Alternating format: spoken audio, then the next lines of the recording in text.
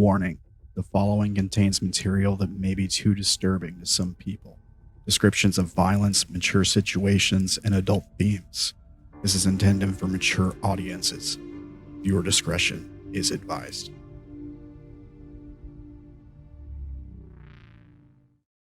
Welcome everyone to Megawatts Hornets. All right. We are here. So who has a recap on what has been happening so far? I have one. I have one, but it's a bad joke.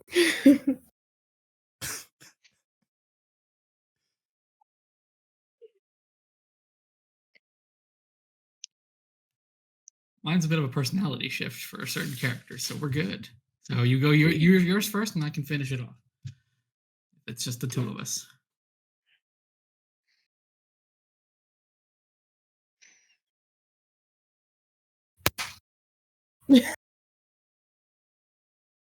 See, it's bad. It was the sound of Tilly hitting the water. Oh my god. I hate it. Stop.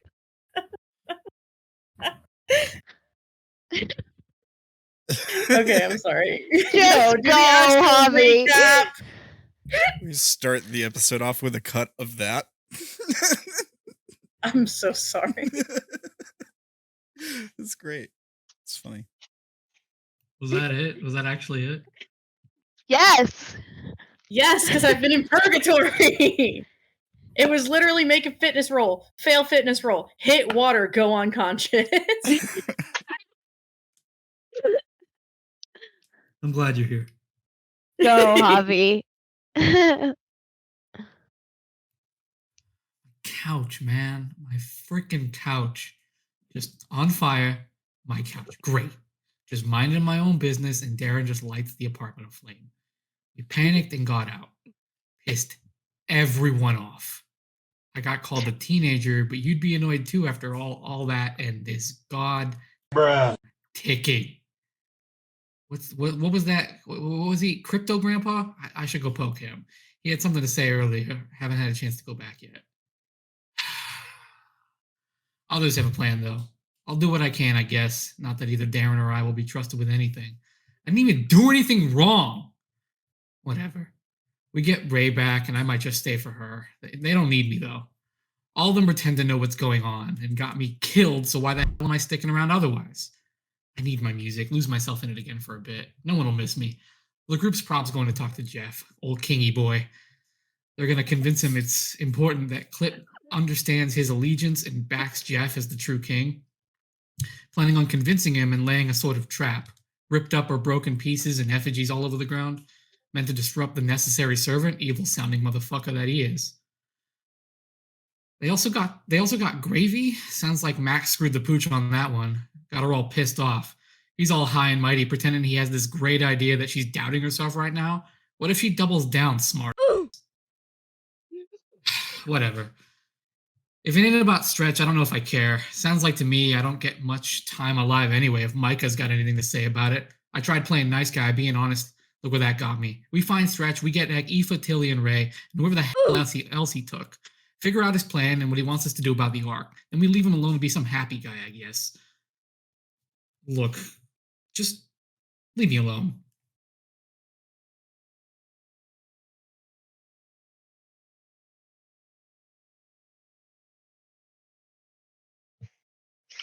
All right. So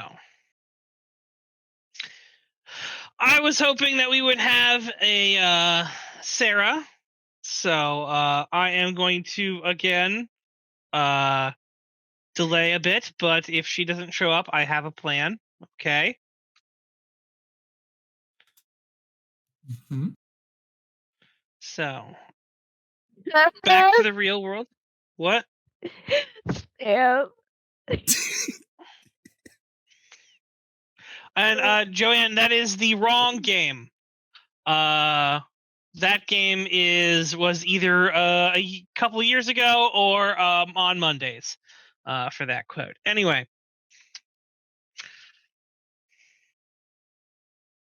Oh my god. So, a fire has broken out.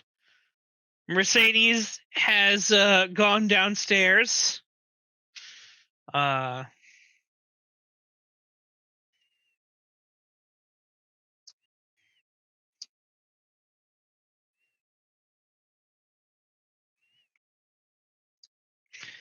Darren has failed in burning down the apartment. What day is it? The day the fire We're happened. gonna still say it's the early morning of the 6th. So. But what day is it? Are we talking like The 9 a.m. or like 3 a.m.? Like how early are we talking here?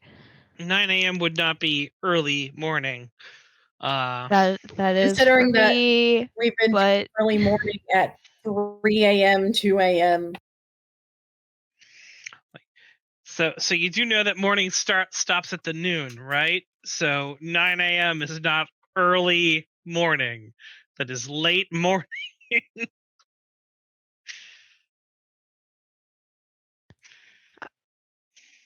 I will again counter with that's not how that works in my brain, but Like a that's irrelevant.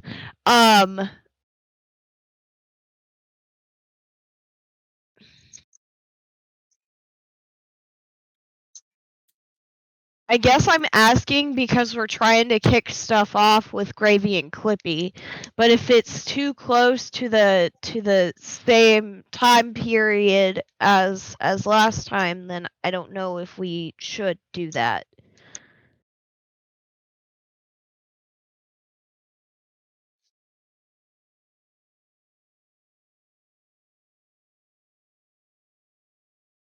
I mean, it's perfectly fine. I think that was might have been last evening. All right. I think it's been at least a day because I think you had the evening and then everyone had a day to do stuff. And then, look, so at this point, I'm assuming that Anthony and Darren are somewhere making things that we don't need to focus on right now. Anthony could be. Darren could stay with the group, though. I mean, I think that was what Darren wanted to do, so I think that's where Darren is. So You talking about the bug out bags? Yeah, that was my yes, idea. you're doing it. So what I'm going to say is I want a list from you, Darren, all the things you're putting in the bug out bag. Oh, bruh. Yes. Actual list. Don't have to list it right here, right now. You can think of about that as we go on. All right. Yeah, I was looking at some stuff before actually, but the thing is, I'm gonna have to do what Darren would put in the bug out bag, not what I would put in the bug out bag. Which God, please. which is There's an not angry bad. potential teenage rocker boy next to you that will also aid you. So if you want to run some ideas by, it's fine. Cool. Yeah, the two of you can have a talk about what to put in those bags. I want an actual list of what is in those bags. All right. All right. Okay, we're sending you off to do that. All right, we're gonna focus now on Haley. So Haley, what are you doing? Izzy is trying to deal with all the fire stuff, calming everyone down, getting everyone ready. Mercedes is in the basement doing things. Maxwell is somewhere else. Tilly is MIA. So we're focusing on Haley. What are you doing, Haley? Haley's gonna go find Skinner to well, hopefully get him to show up to the meeting with Gravy this time, because we kind of need him to be there. I could have sworn you've already done that. No. I was going to, but then things kind of went awry last session and things like that.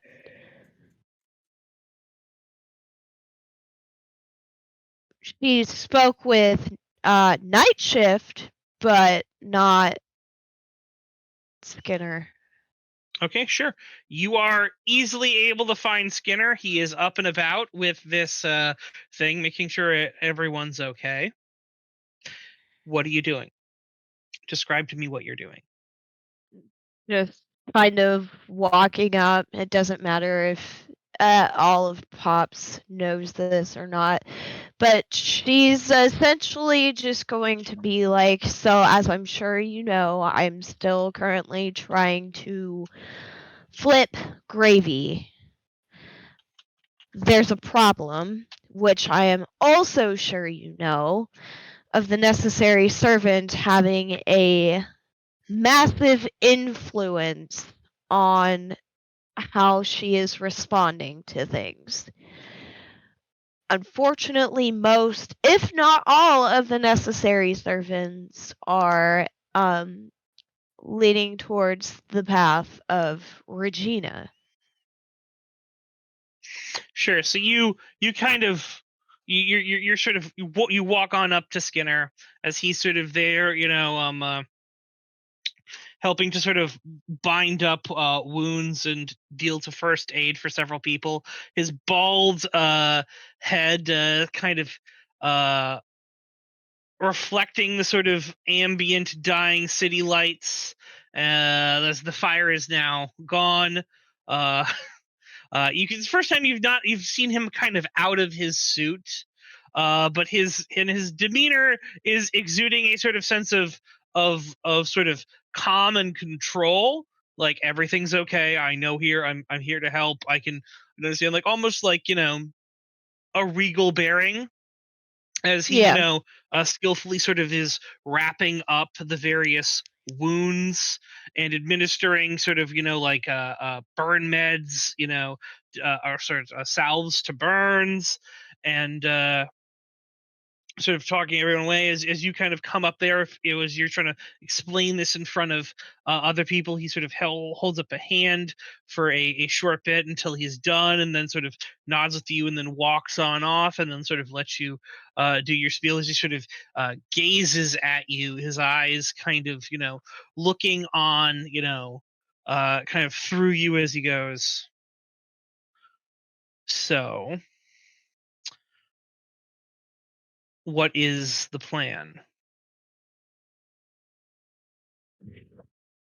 We essentially need to set up a meeting place. We need to at least break the cause a small break in the communication between the necessary servant and Gravy herself. So we need to place broken paper clips, broken phones, anything broken office wise around the area, so that way we can actually chat long enough to be able to speak to Gravy without her having such a high influence caused by the necessary servant itself. Sure. Question. You did make a secrecy roll, correct?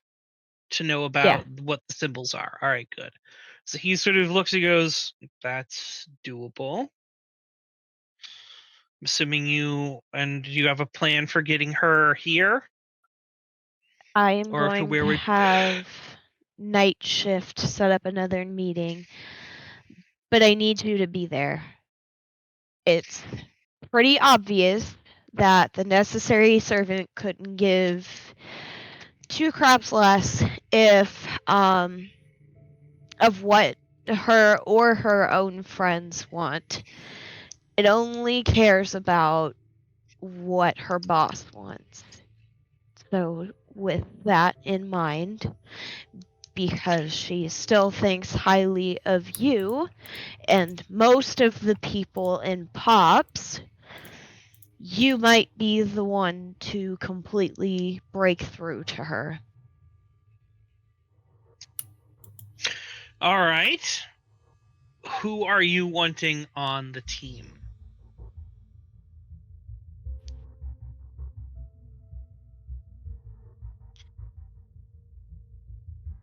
It's gotta be you.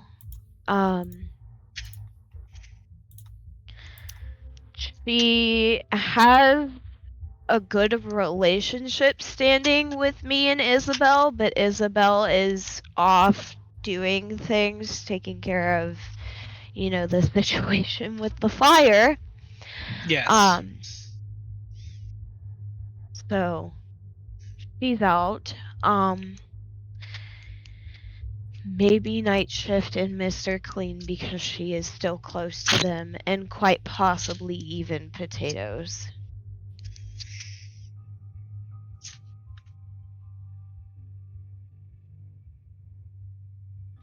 So, you want us all just standing in a room?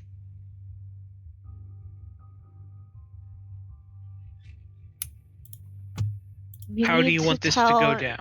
Yeah. You need to tell her your actual thoughts. We need to give her a good reason. He sort of holds up his hand. He's like, I understand what my purpose and why you want me here. You want me to come to her and we're trying to work her back to our side, correct? She nods. How do you see it going down? Am I standing in the room and we bring her on in? Am I hiding? Is Potatoes standing in the room? Do we bring them in later? Potatoes should be a last resort. I don't know how she'll respond to him, and I don't know how he will respond to her, if I'm honest.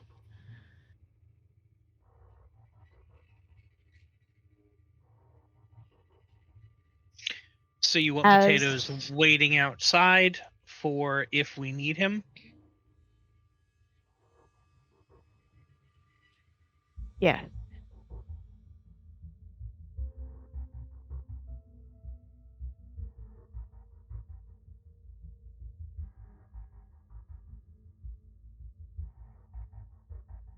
As for you,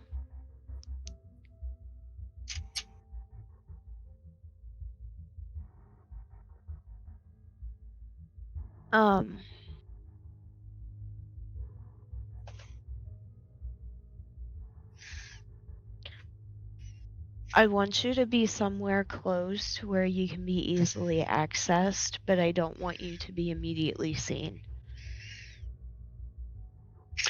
Probably best if I'm inside wherever we are doing it. Do you have a location for this? I was hoping Night Shift could help me come up with a location because honestly, I'm not sure that just being out in a park is going to be useful. No, we're going to want the symbols around in various locations. Exactly. But unfortunately, with Moogie's out of commission, I don't know where else to go. All right, very well. This is your operation. You're running it. We're on board.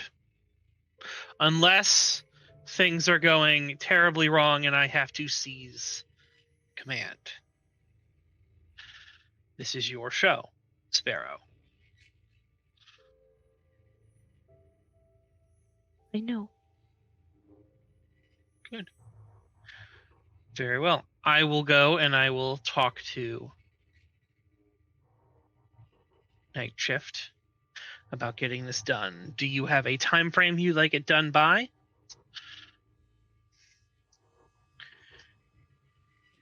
The sooner the better. But if it has to be around lunch or dinner time, I suppose that is acceptable. But we also need to get others prepared to help their 33rd's friend Clip, as they call him.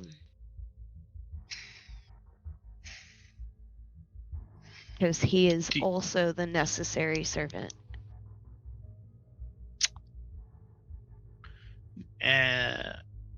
I take it that is another thing you're going to be doing? Do you have someone else on that, or is that something you're managing? I have Maxwell. I'm hoping he will go speak to Jeff, because in the same boat, Jeff could probably rake through to him, but Maxwell is handling that one, and whoever else he decides is necessary needs to go with that. Very well. That is a matter for the 33rd. So, yes, electing the 33rds to handle it is good if you need to do support there. But if you are running a mission, please keep your mind on this mission. I am. All right. Good, Sparrow. Well done. Thank you. It just kind of like, did he just tell me good job? Just not mentioning that out loud. Yes, but because guess what, Caitlin, you actually did a good job. All right, you answered all the questions. You came up with a plan. It wasn't just like a list of wants. I want to save the world. Okay, thanks, kid. Get in line. You know. yeah.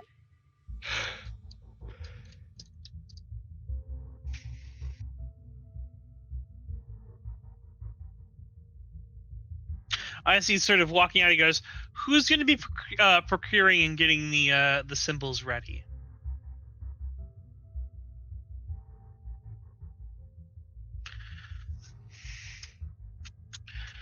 I mean, I still have a couple from school that I suppose I could give to Potatoes or Night Shift to set up in the room.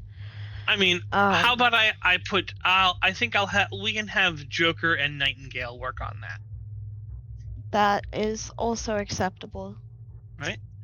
They should be able to make you several things.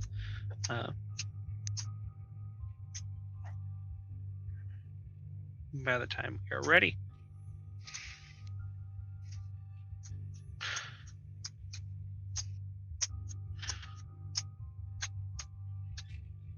All right.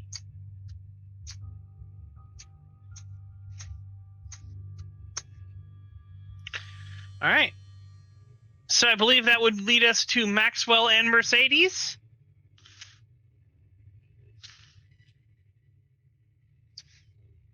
Yes. Okay. All right. So it's us heading to go see. We want to talk to Jeff first, or do we want to start secure? I mean, obviously we can secure. Well, I think Mercedes has been in the basement. You're not with Mercedes just yet. If you're going to get her.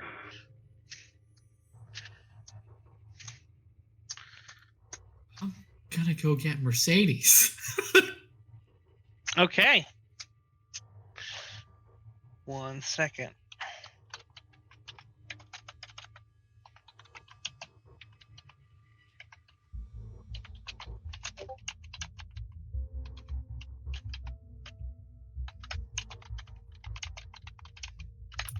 Ominous typing.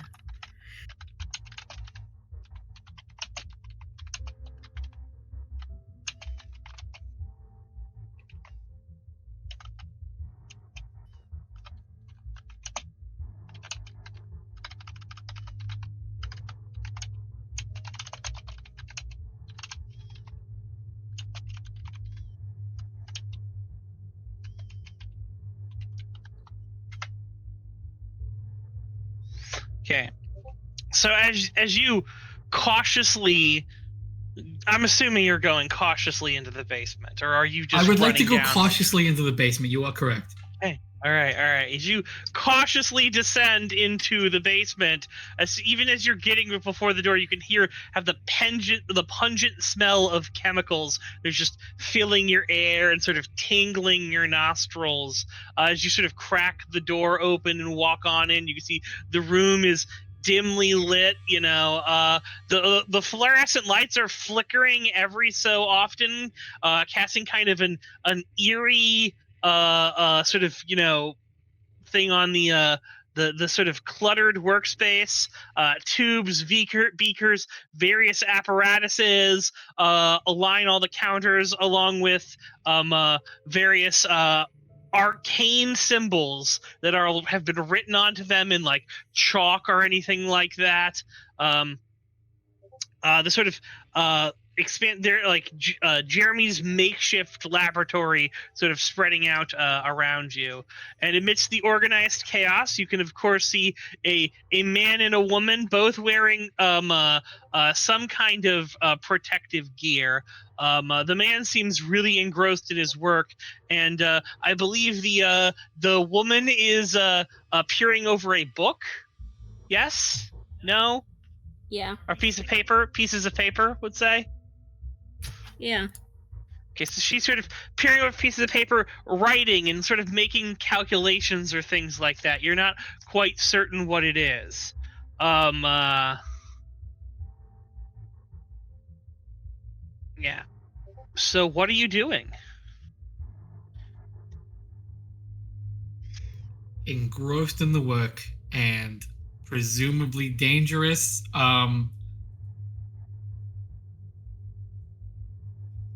Is there anything around Mercedes particularly that would explode or create a reaction should she jump, not noticing me come down? I mean, she's currently working on like papers. So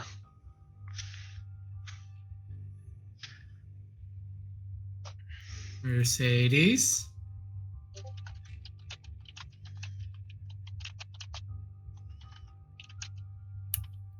She'll look up.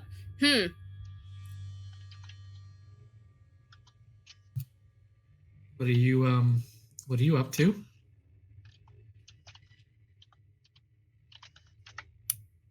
The secrets of the universe?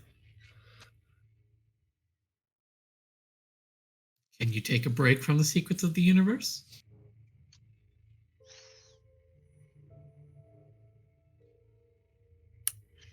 Jeremy, you got this? Jeremy's like, I mean, aren't we supposed to be trying to kick it into high gear? I didn't think we had time for lollygagging and boyfriends at this point.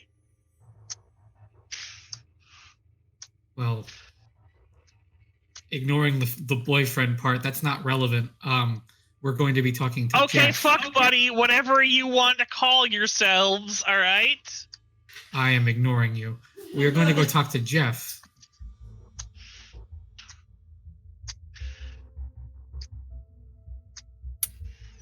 Huh.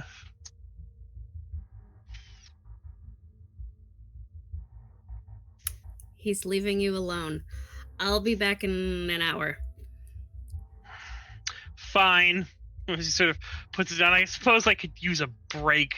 See him, put it down, sort of take an eyedropper, sort of hold out his tongue, sort of drop something on his tongue, and like go back into a room, and just sort of, like lay back on like a sort of old moldy kind of mattress that's sort of been propped up with a couple pillows, as he's like, all right. Oh, and I last longer than an hour. Come on, Mercedes.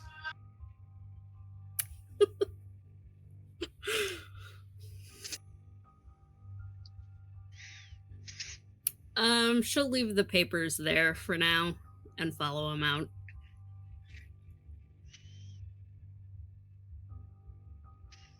All right, so we wanted to, you kind of created a bit of the plan here a bit ago, but he's like dusting her off as he's speaking, checking her face to make sure there's nothing untoward that we're about to go walk in to talk to our king with. So we're going to go talk to Jeff, try and convince him that we need to have a sit down with Clippy, as well as convince him that we want to lay down some pieces to kind of disrupt the necessary servant, right? You got an idea of how we're going to get Jeff to roll over into that? Well, I think it's less get him to roll over and have him understand that things would be easier for him if his friend wasn't trying to undermine him.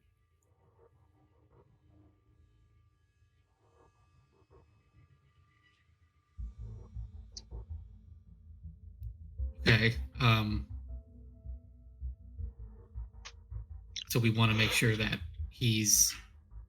Well, he has to want to sit down with Clip, first and foremost, because we can say anything we want. He's going to be like, okay, so what are you doing to deal with it? He's going to shrug us off unless we can convince him it's important for him to do it, for him to be there. This is true. But he's probably the best person to get through to him. How straightforward do we want to be?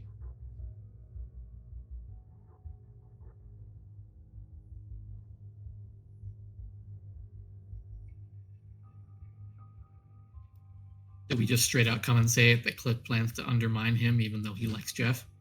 And that we should try and convince him to have, try and, have a heart-to-heart to kind of have Clip swear allegiance fully? Well, Clip has already sworn allegiance. I suspect that Jeff is aware that Clip is trying to undermine him, or at least sway him.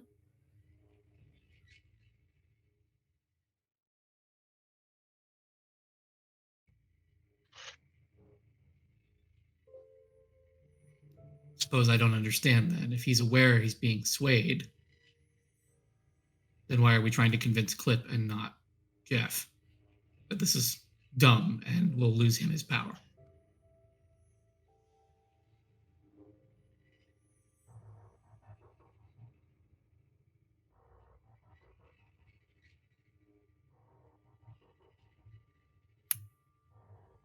We need to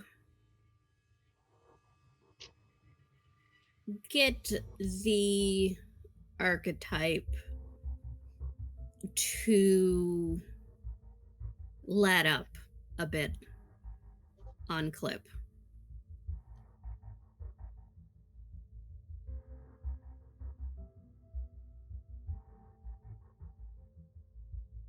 If that makes sense.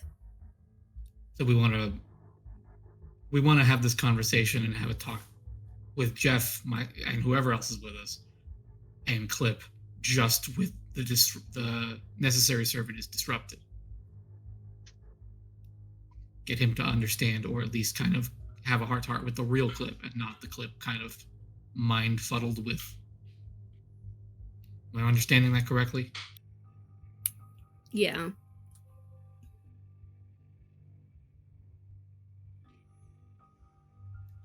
Okay. Let's go find Jeff. Right.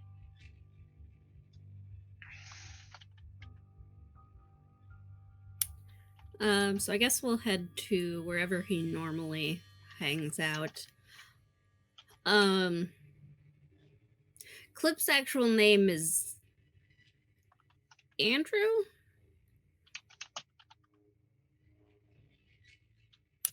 Steph asked the GM. GM's looking it up. Okay.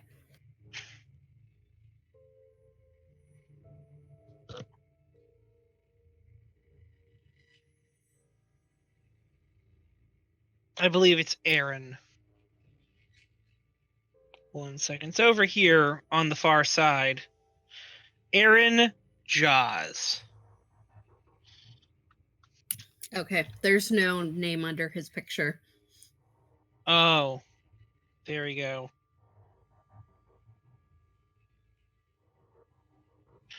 Is there a name under his picture now? Yes, but not the girl under him.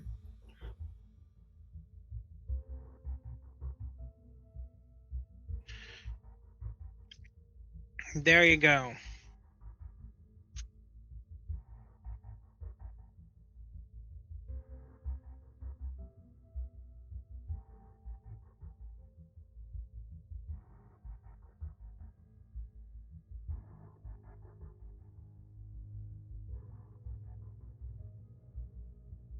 So, go knock.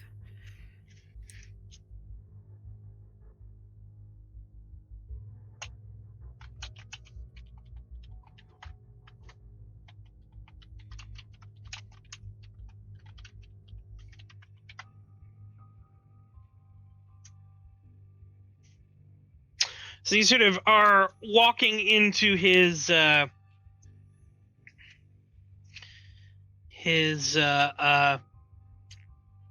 of area. You can sort of hear him like sort of kind of barking orders about, well, keep looking, as sure, as people are, sent away. As you walk in, you can see Jeff Mayer is sort of pacing back and forth in his sort of room, looking at the thing. Was as Aaron kind of stands next to him. He's sort of, trying to talk to him and sort of, talk him down and things like that. As, Jeff is just kind of pacing back and forth. His air of authority and dominance somewhat undermined by the sort of worry and concern upon his face.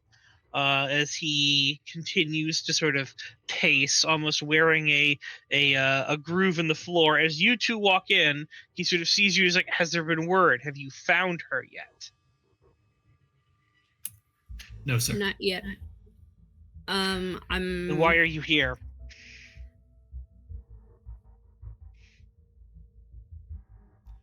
We were hoping for an audience alone with you.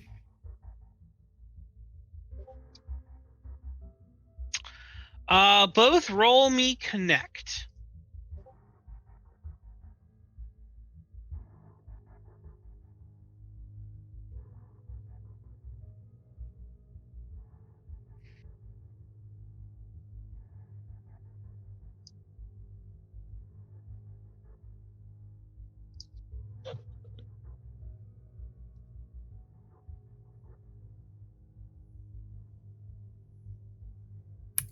It has a success with a 23. Maxwell? Sorry, I had to pull up my sheet. I forget that it wasn't in. It has a success with a 45.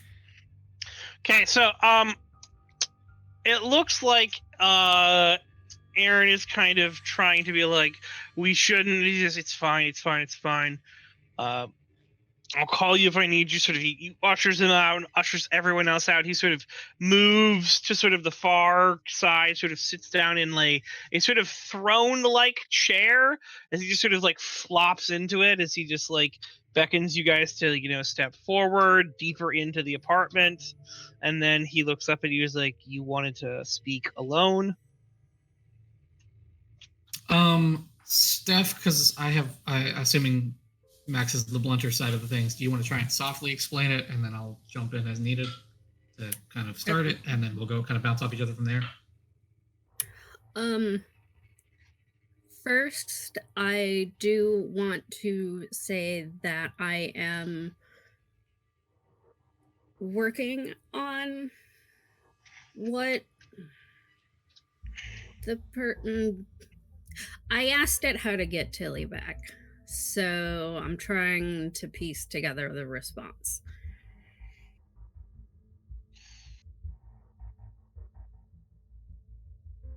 There was a response?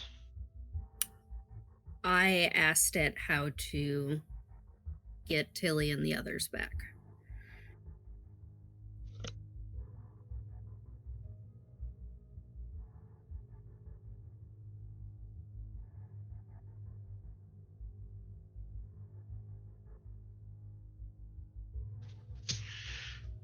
What does it say?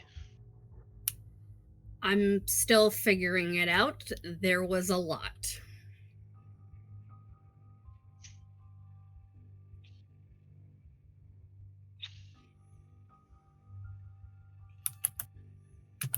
The fact that we got quite a detailed response that we're still trying to figure out is at least a good bit of hope that something's willing to work with us, though, right?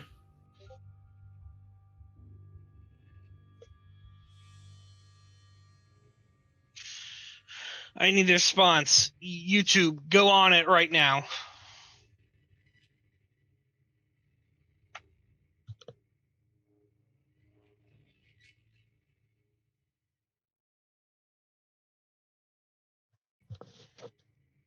Of course, we can get on that immediately. But in the meantime, might we ask something? I'm going to give you guys 2 more connect rolls, -10 this time. Because you have we baited him, and now he's like, "This is what I want. Do not talk to me anymore." Yeah. Oh, Great. yeah, no, you shouldn't have led with this. I'm sorry.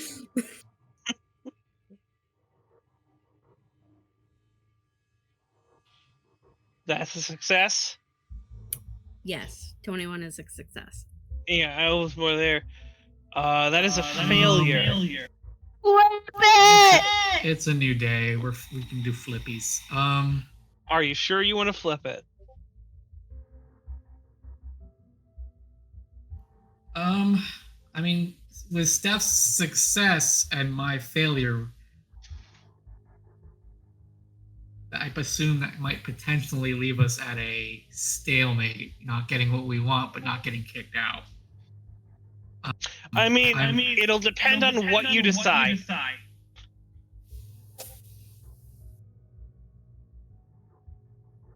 Flip it or keep it.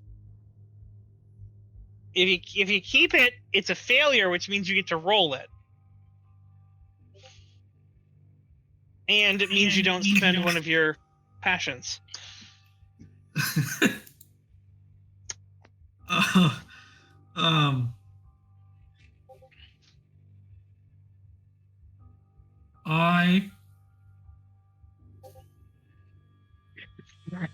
You know what? I'm gonna keep it. I'm about to. Okay, you're gonna keep it. All right. He looks. He's like. Do you need both of you here to talk to me about this issue?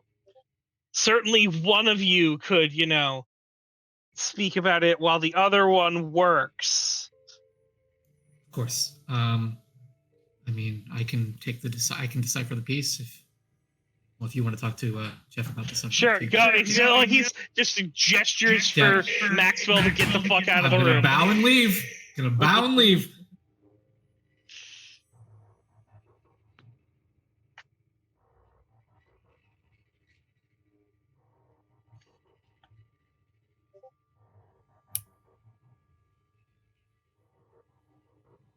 Something's off with Aaron.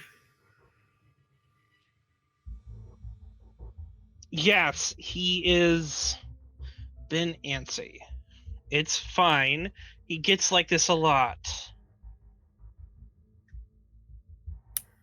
I don't think that it's necessarily Aaron acting entirely of his own volition. Do you think someone is forcing him? Blackmailing him? No, I think the archetype has a hand on him.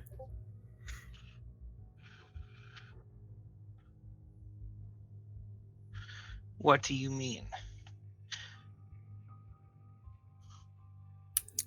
That it is urging him in the direction that it wants. Okay, so I would like you to make me a secrecy roll here. Okay. To see if you can properly explain what's going on in a believable manner using knowledge.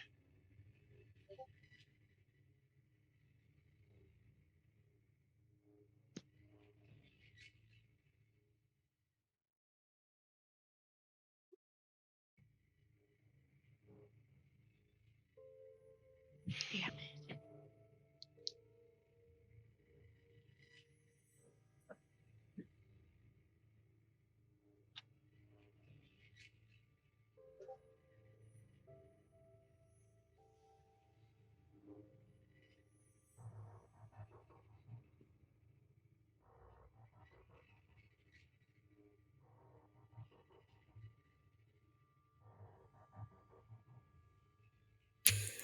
I'm not sure what I can use to re-roll that, so I guess I'll keep it.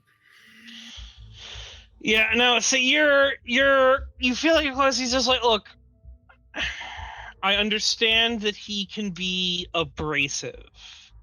I can speak to him about that, but he has the best issues in mind, and he always is there for us.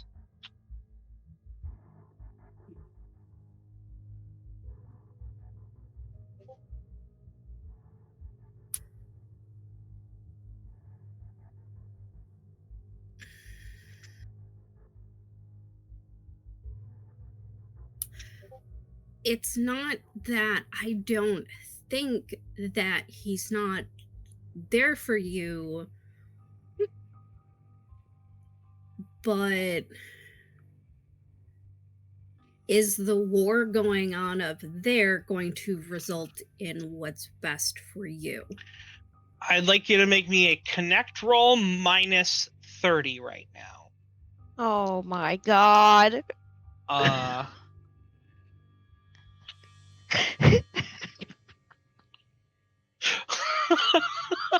It's success. All right. Go, So Mercedes! close. All right, Mercedes, I'm going to give you one more shot at that secrecy roll. Okay?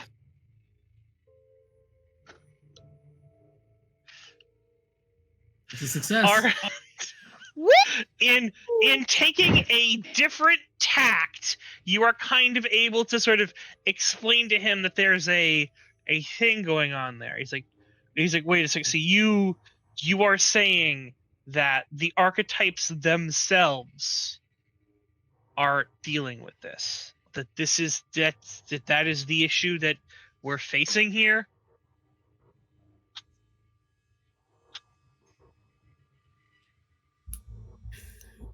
That's what Haley made it sound like, and I have no reason to disbelieve her in this.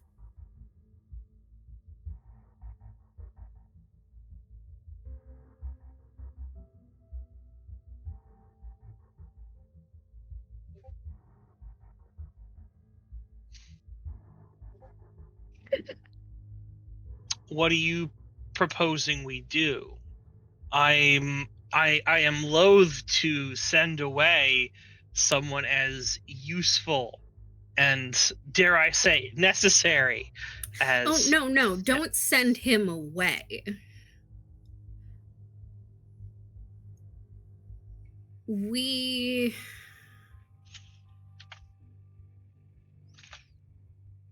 need to find a way to lessen his connection. I enjoy the fact that he has a connection. It's one of the things that makes him useful. You are speaking of making him less useful. I am speaking of finding a way to disrupt how much attention he's getting from the archetype. And how do you propose we do that?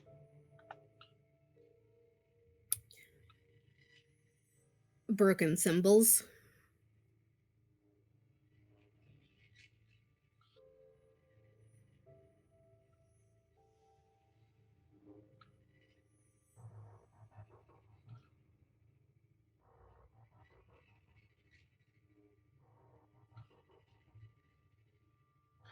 Broken symbols.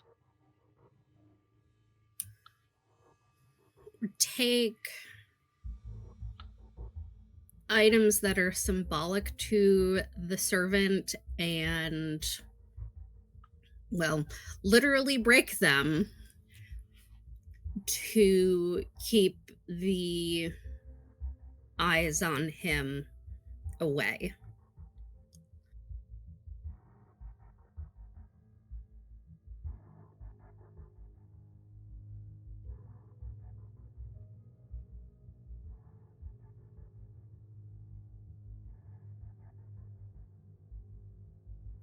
I'm sorry. I feel like Max would be better at explaining this, but I am trying. All right. Max might be. Javi is not, so you're doing great. Are you all right? Very well. So, if you're, what should we do then? What is the plan?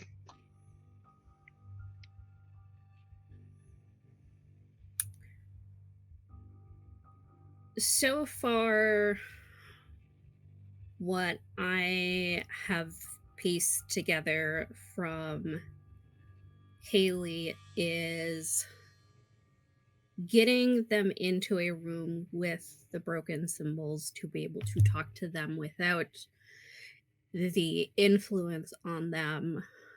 But if we can convince him to carry things that would disrupt that connection, not sever it, then he wouldn't be as driven to pursue the goals that the servant wants. So we just need to give him symbols and make him carry them, and that will solve the problem.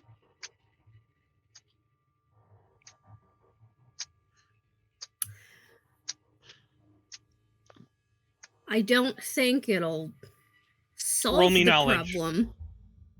Knowledge? Roll me knowledge. Yeah.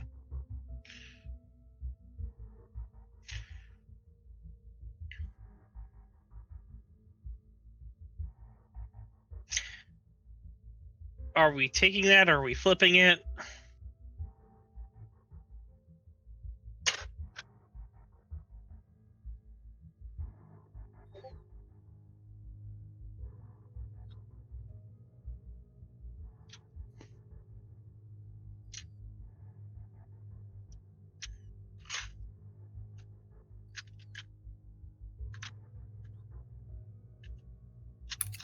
The only thing that I think remotely applies to this situation is noble, but I'm also having a hard time with that.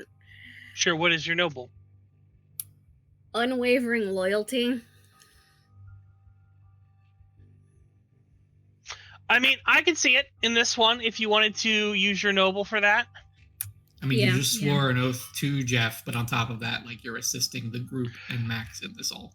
So here's the other thing that this actually really plays into, because unwavering loyalty actually probably is a really good one here. This isn't just the archetype pushing him.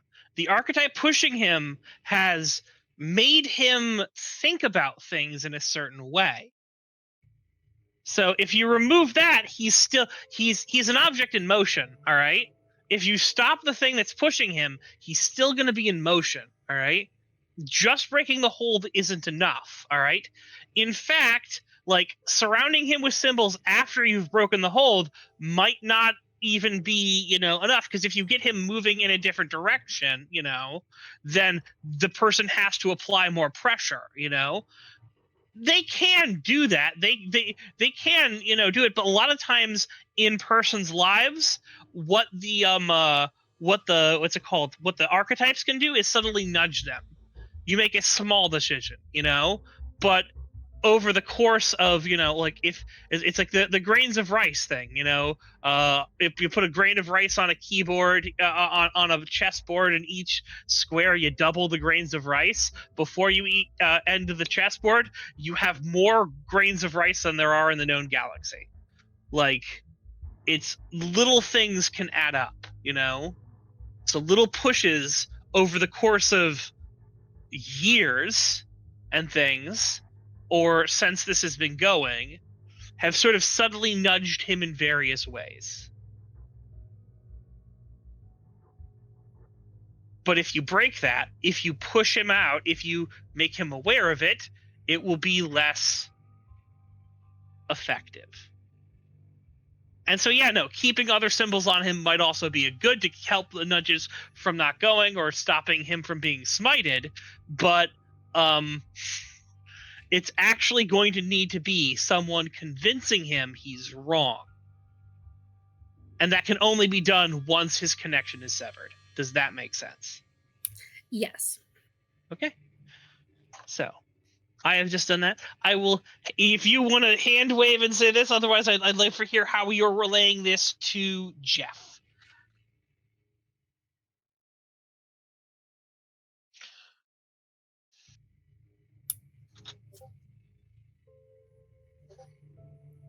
I can't say for certain because I'm not in his mind of how deeply the influence has gotten to him and he has internalized those ideas as his own. So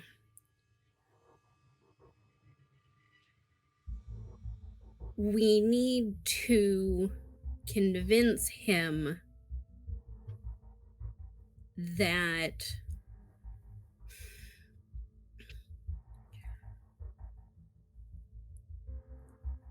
what he has been led to believe by the servant is something that was put there, and get him to actually think about what is his want without that hand on him. I think you and Maxwell need to convince him to take a look at his actions. I mean, I believe you seem to be the one who has the most knowledge of this. I would assume that you would be there also with Maxwell. Have no problem being there. He just doesn't like me very much. He doesn't like certain people. That's part of the reason we keep him along. He's skeptical. He's always been a good person to keep me grounded, to make sure I knew what was going on. I think he feels threatened by some of the new people here, but that is the way of things.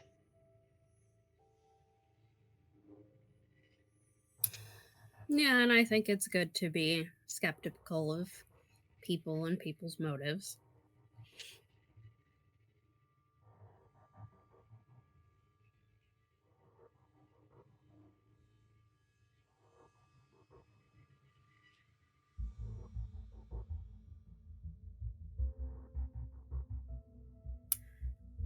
All right. Should I go get Max and... No, work on this. We can do this later in the evening. I'm assuming he isn't about to, do something right now. No, I don't think so. I think the pieces are still getting put on the board. Very well. Then if we have time, I want you to focus on other Tilly. things. Yes. All right. Do you have someone that can start getting together symbols? Anti-symbols. I'll see what I can do. All right. I'm gonna try and finish parsing together that message. See what we need to do to get her back.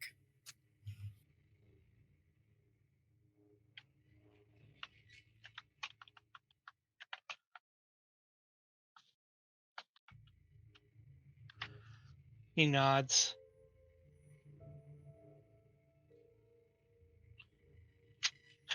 All right. Shall I drop the message for people? Yeah. Sure. All Let right. me get my 1 notebook second. out. Notebook.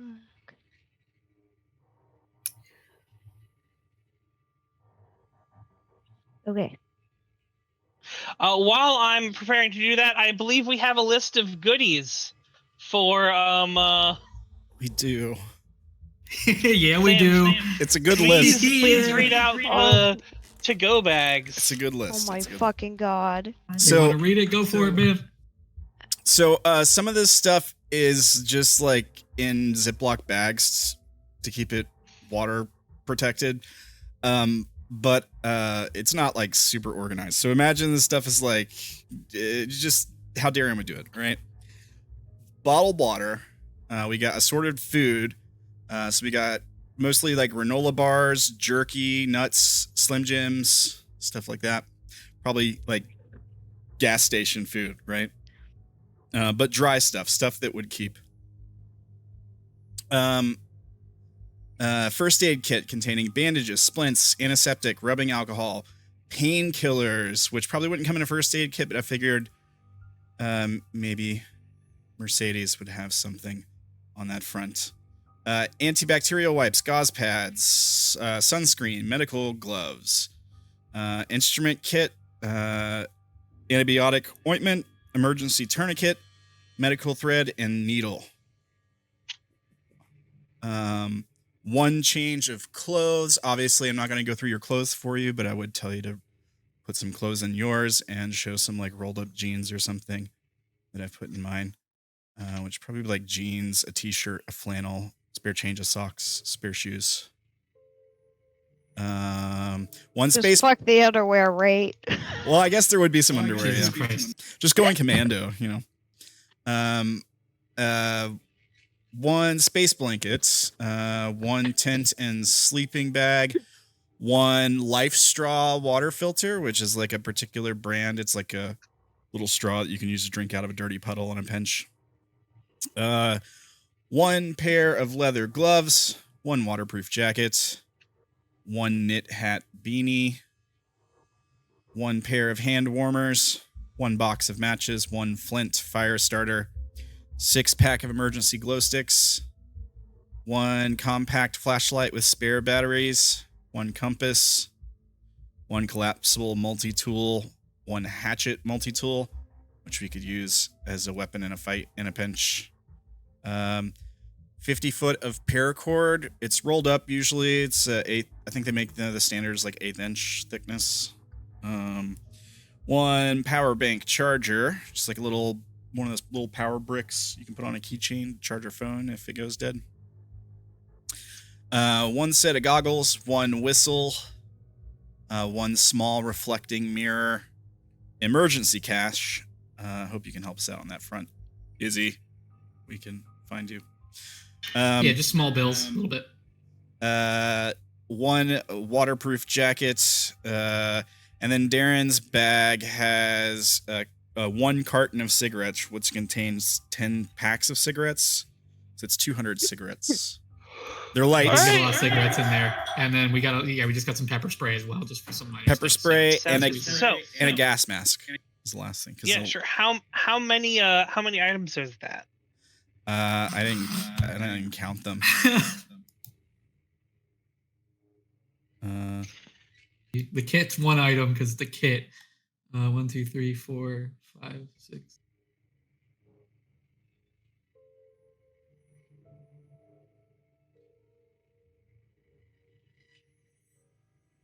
It's 26 items, and then Darren has an extra. I see like 28 items. So here's what I'm gonna do. You guys now need to purchase all these things. All right. Instead of going through and making rolls for each one of these things, I'd like you guys to tell me where you think you're gonna get like a group of these items, and then you're gonna make a resources roll. If you are successful, you get a number of items on that list that equal to the tens place of your roll. Well, I can tell you where I would get them. I don't know if the store will be in New Orleans, unfortunately. There probably would What's be a the store? similar store. So in my hometown, and Georgia, US of A. There is a gun store survival store. I live on a mountain in the middle of nowhere. But there is like a local gun store survival store that carries a bunch of survival gear and stuff. They would have Sure. most of this Roll stuff. me your status to procure some of these items from a local sort of gun/survival store. We could also do like military. What are those places called? Surplus, military surplus. I understand. Those can be great for future rolls. Right now, I want this roll for the gun store. Status. Let me see. Substitutes for status. What is my normal status? Not good, I bet. Nope. Okay.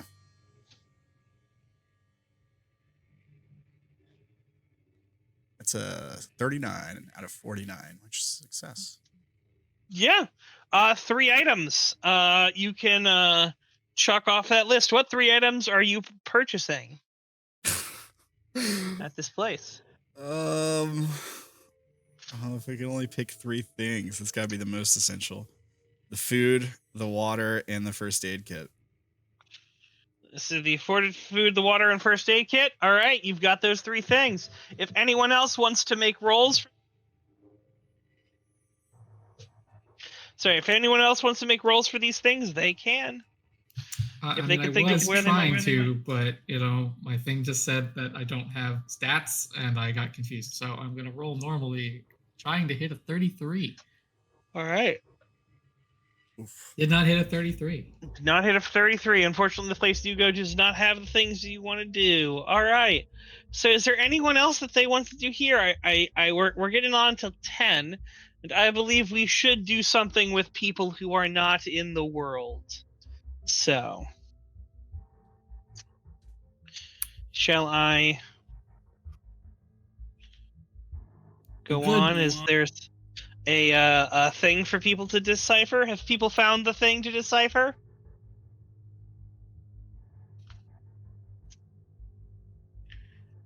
Hello? Oh, there's What? a post in Stretch Writings. Oh man, that is a lengthy post. Holy cow. I'm working on it. Well, Joanne, Caitlin, Hi. What? Hello. I'm doing puzzles.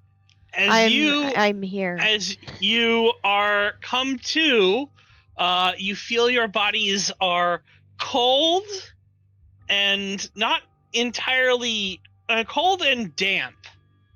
As you're sort of lying on a sort of chilled earth.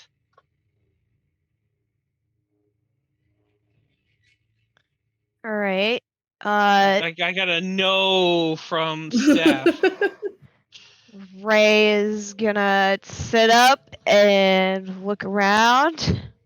As you look around, you see Sirona is actually I suppose you see Sirona pulling Tilly out of the water just now, as Tilly is your unconscious ass is being hauled out by Sirona.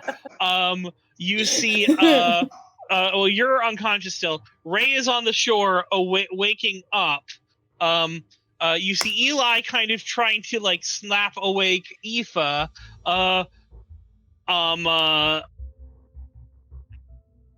What's her name? Lena. Lena is kind of sitting there, kind of just like, I'm just sort of feeling like it's okay. Everything will be fine. We can get out of this. This is the most calm I have seen this female in a long time. And Tilly is the last person being pulled out of the water. It seems like she was the last one to be saved. Why do I feel like I was the first? Irrelevant. You probably were. Anyways, just kind of. I mean, in all honesty, you were probably the second. Sirona had several people to check through. Eli only had one person. Eli is possibly more athletic than It ain't Sharona. possibly, it's a fact.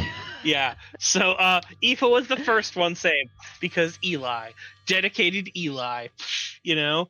Although it looks like there is a wound on her head. It's possible she hit her head, and so she might be out for longer. So you are sort of pulled out of the water.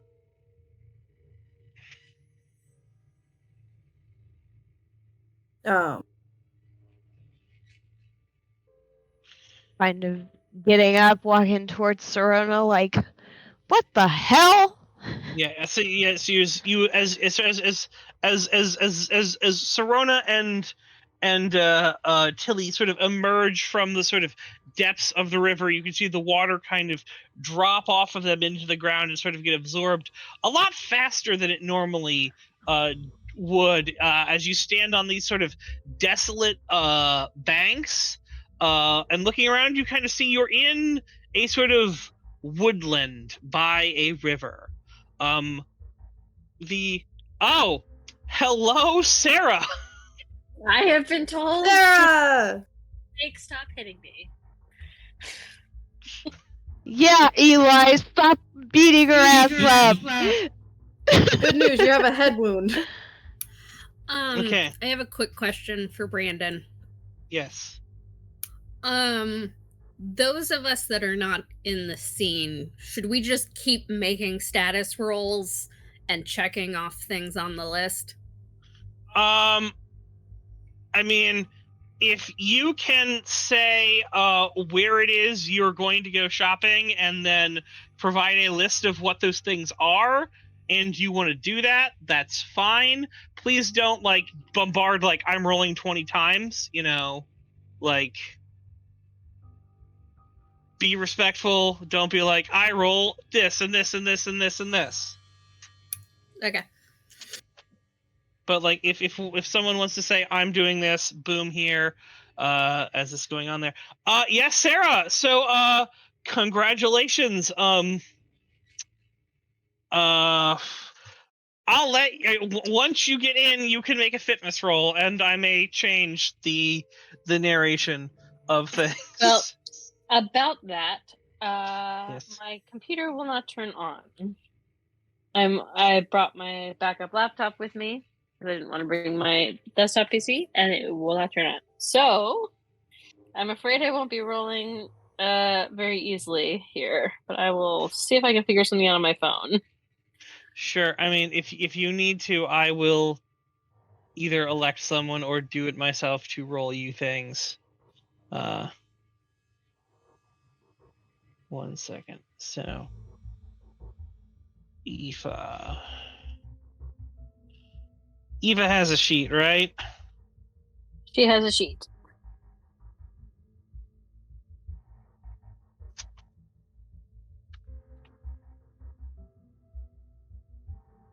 Aoife Walsh. Do you know what her fitness is under? Not off the top of my head. Give me a quick second. I'm sorry. I would usually have my sheets pulled up on my computer, but here we are.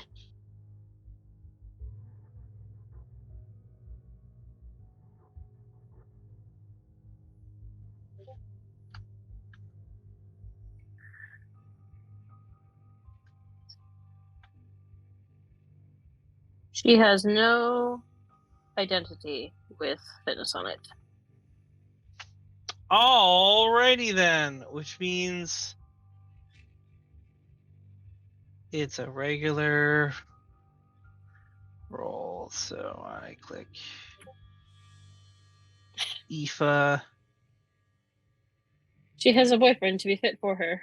He has 90% abs. Yeah, He's slapping the shit out of you. he saved you. Thank you.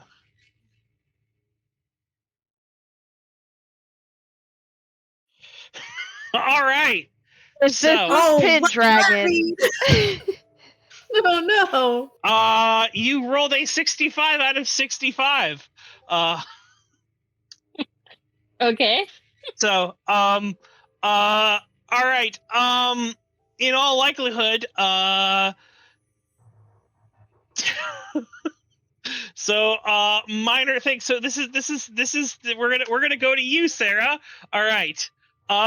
You suddenly were the last thing you remember. You were face to face with the dreaded "fuck you" face monster. Only he no longer has "fuck you" carved into his face. You saw him grab other people before they disappeared. Did Aoife run towards him or away from him? She probably would have tried to shoot him. Okay, so you shot him as as he sort of you saw Eli kind of run at him, and as he sort of grabbed Eli just sort of puffed into nothing. And as you sort of unloaded into this thing, its hand just sort of shot out, grabbed you, and next thing you knew, you were falling in midair. And as you're looking down, you can sort of see Eli is falling a little bit below you. And then all of the other people in there is this huge tunnel falling out of the sky towards what looks to be a river. As you hit the water, it hurts, but it doesn't feel like it does damage. But it kind of knocks the wind out of you, but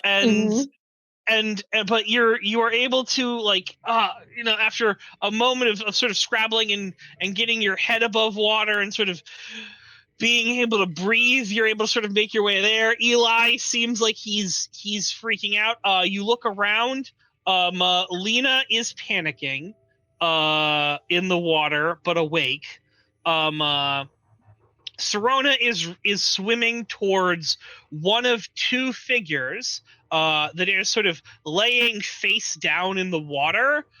It's Reylen. Reylen looks like she hit the water. She's out. And then you also see Tilly kind of floating there. What are you doing? Trying to get to and assist Tilly. Okay, so you manage to pull Tilly up onto the shore out of the water. As you do, you can sort of look around, and as you get out of the water, you feel the water sort of like drip off you, a little faster than you would. You don't feel wet like you normally would. You feel more just damp. I was in a hot, muggy fog for a bit, or like you've been out of the water for a lot longer. Sort of like, if she had oil or Vaseline on her hands or something from mechanical work and then stuck her hand in water and then shook it off, that kind of thing. Gotcha. Yeah.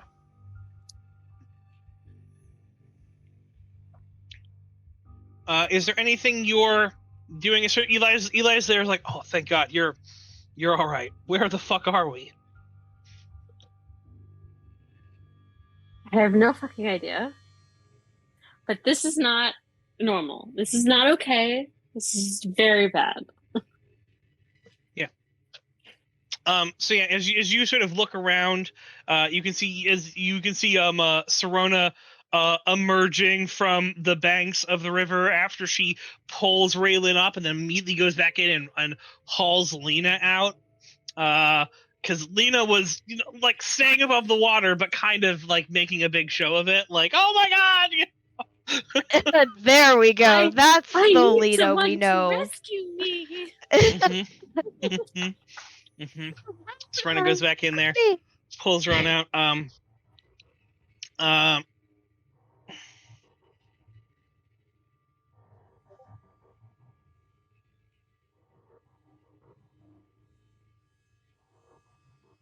All right, so as the character sort of emerge, you find yourself you are sort of standing or like kneeling or like leaning. It's tiring. It still kind of hurts. It feels difficult to breathe here. You think maybe that was like in the water and like maybe you hit your your lungs just got compressed and all that stuff like that. But it's like the colors of, as you sort of see yourself in like along a desolate bank, with the water kind of just sort of gently sort of lapping on the sides. There's a sort of woodland that you can sort of see where it's kind of dark and dreary. In fact, you can sort of looking around, all the color seems like if it's been drained, like even from your guys. It's like Sorona's hair is a little less like blonde. It's a little paler blonde.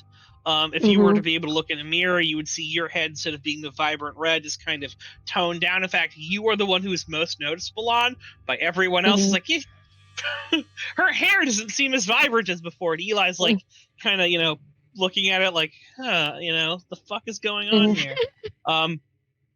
Definitely the air feels heavy. And there's a stillness around, is almost as if the area is completely devoid of nature sounds. In the distance, you can see, or not too far away, you can see tall, sort of skeletal-like trees that reach toward the sky. Their branches kind of, reaching out as if like gnarled. They've got gnarled fingers. They're sort of somewhere they're intertwining to form the sort of dense canopy that blocks out what little muted sunlight that seems to be, because like the sky is completely overcast. What little foliage there does seem around seems kind of withered and lifeless, almost like the vibrancy has long since faded. The leaves that are still on the branches seem almost like they're a remnant of some forgotten time or season. Like they should have fallen off, but some of them are stubbornly sort of sticking to where they are. As you look further in the distance, a sort of misty haze obscures most of the horizon, adding a kind of unsettling atmosphere. You could almost see for a moment, like as if shadows are dancing between the trees. The movements, you're not quite certain if they're natural or if there's something there, or if your mind is playing tricks on you. There's sort of a sort of mysterious elusiveness to, like, are there figures darting in the woods? And as a sort of dread sort of comes in that you might not be alone here. But even though that, there's still a sense of isolation and melancholy that is sort of pervading this entire place, almost as if the land itself is sort of in mourning, or like grieving, like some sort of death, or maybe its own decay.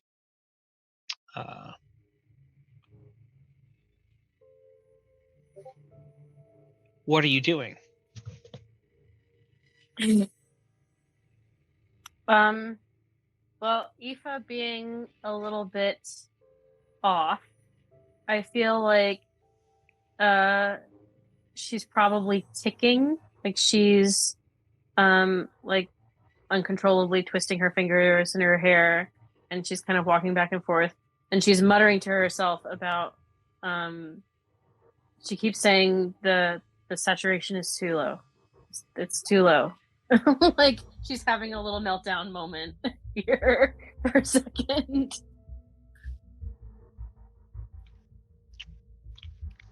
Sure. Fitness rolls from the two people who are unconscious, please.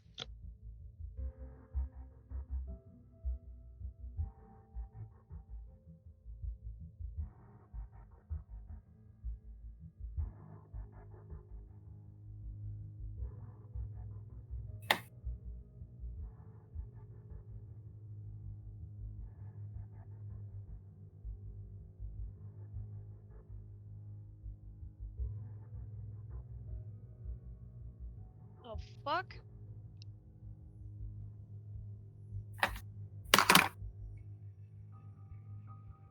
Oh, there it is.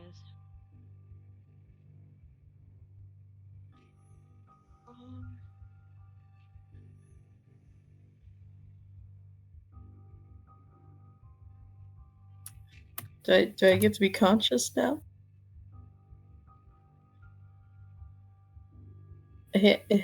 Haley, what are you doing? What the fuck? Alright, whatever. What is happening? God. It looks as if as if Reylen is still unconscious, but Tilly, you can start to wake up. I was gonna flip that, but never mind. Oh, you're gonna flip it? Sure. Yeah. What are you flipping it with?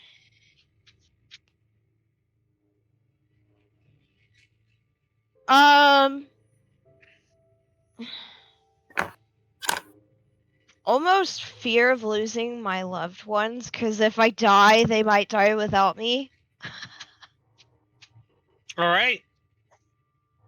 Sure. If you're dead and we're alive, then you don't have us anymore. Yeah. No, that's fine.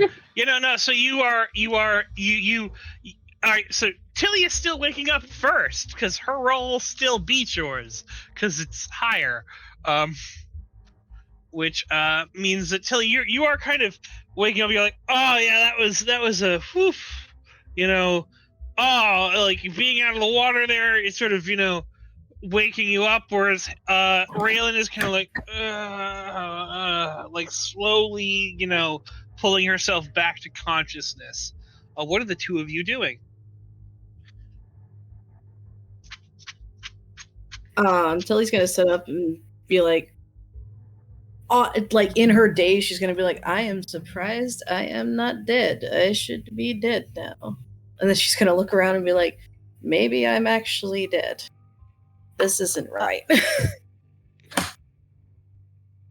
Just kind of holding her head as she slowly sits up. Because the last thing she remembers is falling out of a fucking 10-story window and then just being caught by some strange thing. Just like, did I die? Are we all dead? Is this it? Please, God, am I in hell?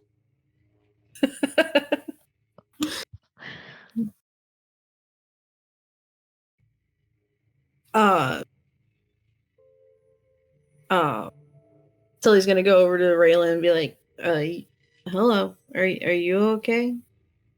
Are you? She's gonna touch her and be like, okay, that feels real. Where Aoife's are probably we? still pacing around going, not as real. It's not as real here. We're not as real. We're not as real here. Like, we're just crazy babbling. She's not. She would not take this well. Tilly's gonna get up and walk over to her and gently take her hands. We are here, and we're going to find a way out.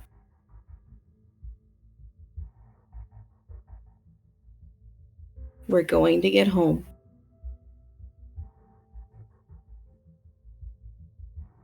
Of course, that's all she lets.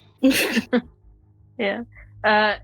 Aoife's going to look more vulnerable and frightened than you've ever seen her look before, and she's gonna say, I don't have anything here. I don't have my creations. I can't make anything. I can't feel anything. It's not right. I should not be here.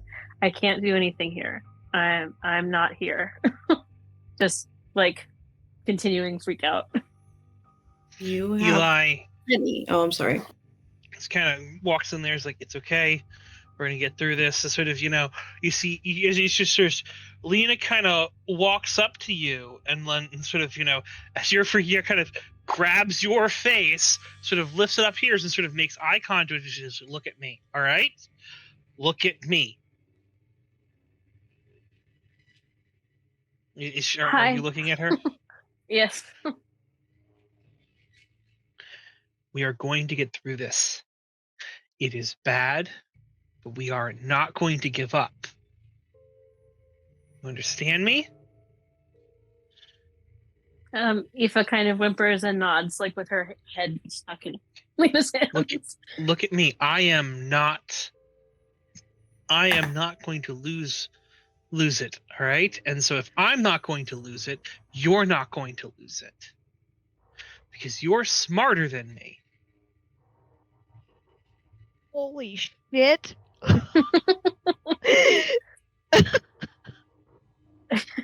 She kind of swallows and says,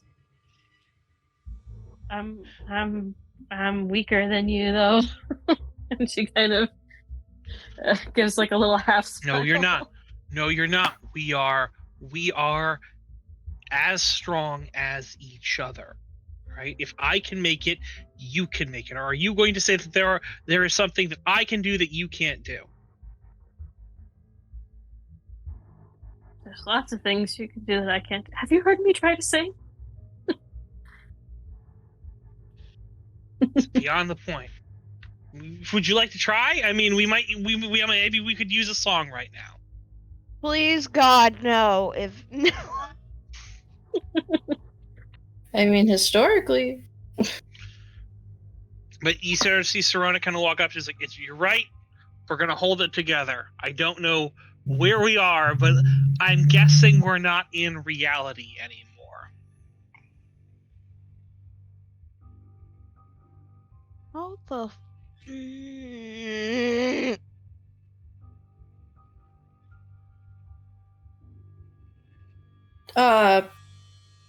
Brandon. Yep.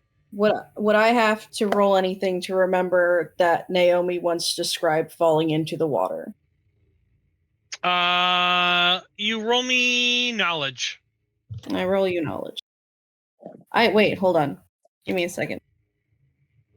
I think I have. Please load.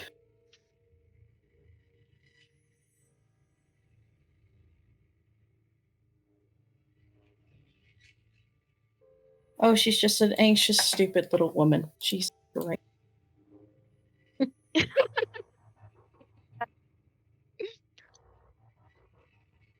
Please don't talk about Caitlin like that.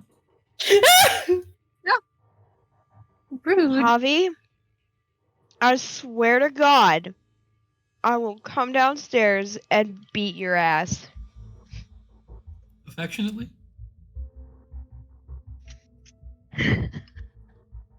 Oh, I know that thing.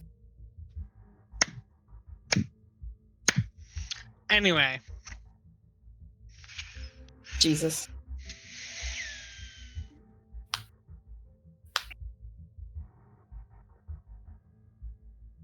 Where's the third clap?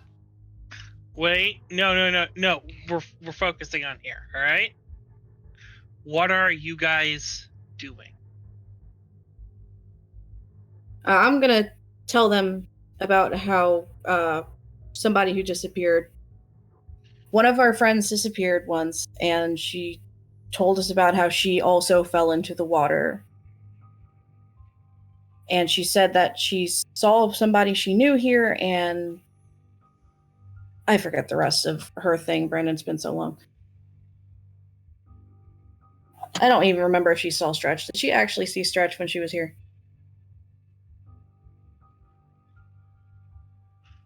I don't remember either, but you can definitely say that you know someone who's been here before.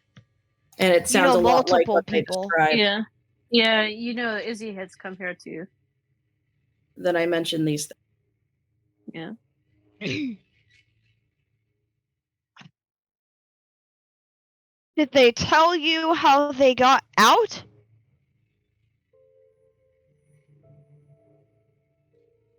It'd be nice if I remembered. Be nice if Joanne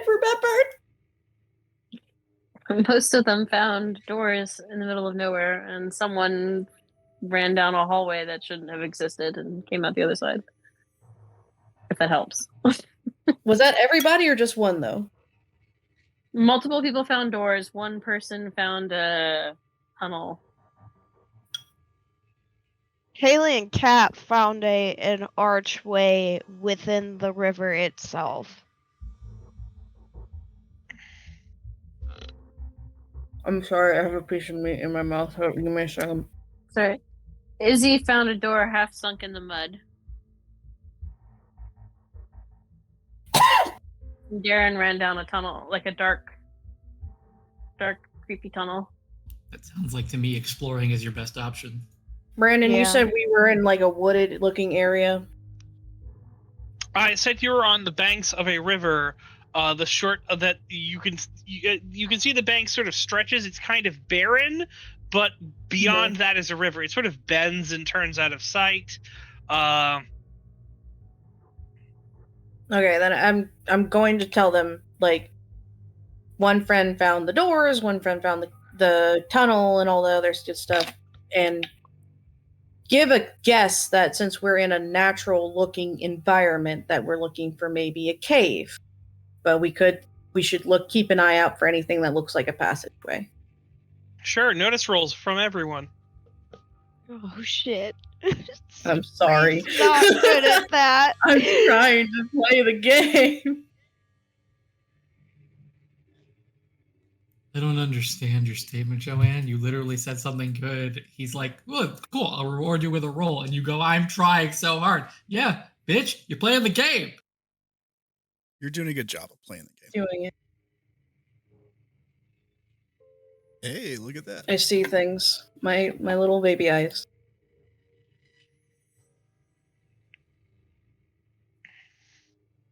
Oh my god, Reylen sees a thing! Holy shit. For once, she's not blind with rage. Yeah. All right. Yeah. No. There seems to be some sort of structure, in the woods, not too far away from where you are. Looks like some kind of building, but it's sort of obscured by the trees.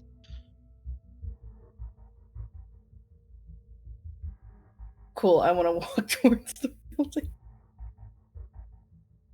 And be like, I think we should go over there.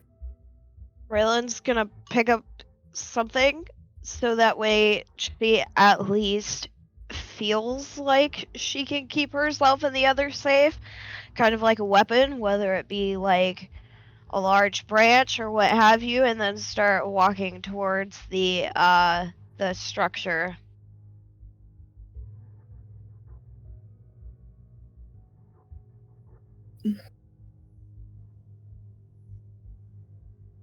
All right.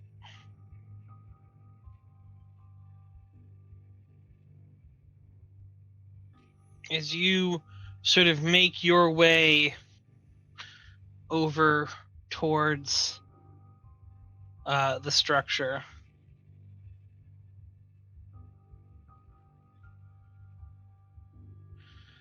you sort of see it. It's not too far from the character's location. You see it sort of nestled amidst the trees as they sort of seem to sway in a non-existent wind. I mean, you do feel a breeze, but the trees shouldn't be moving as much as they are because of it. It seems like it's sort of locked in time. Looks worn out and old, like it's been here for years. It sort of exudes an air of neglect as there's peeling paint, and sort of you can sort of see the boards have sort of shrunk, so there's definitely like space and gaps in between them. The roof looks like it's missing various shingles. Looks like there may be something inside. You can't quite tell, but there's definitely a layer of cobwebs and dirt on the windows. What are you doing?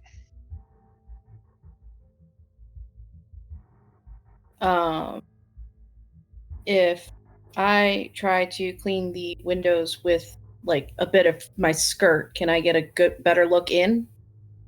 Or is it just disgusting on both sides?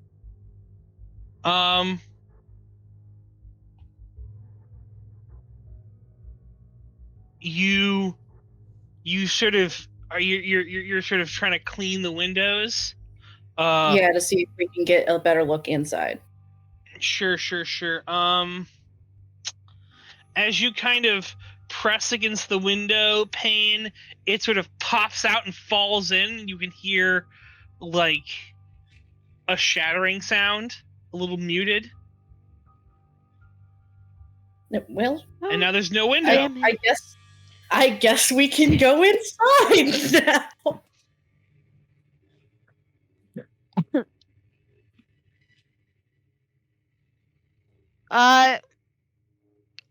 Yeah, Ray's just gonna walk up to the door and fucking open it. Have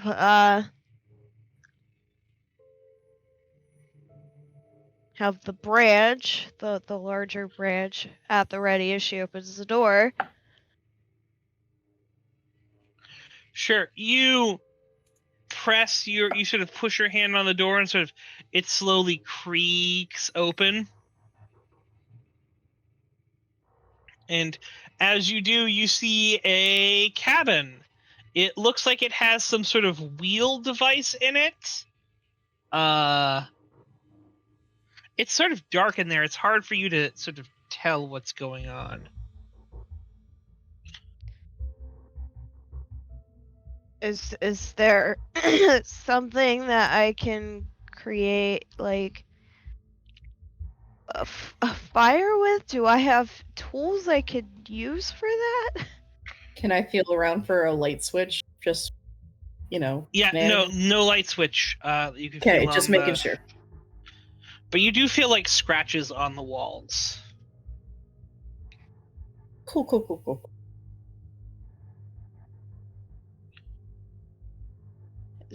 Is there like a roll I have to do in order to know how to make a fire back in the olden days? Oh my god. Yes, we're gonna say it's knowledge minus 20. Alright. What's my nursing school student? I'm still dying to the olden days. Shut the fuck up! My SEA brain is screaming, Flint! I fail. I'll keep the failure. You don't know how to make a fire. Can I just give that a shot? No, you may not. Damn, alright. That's fair.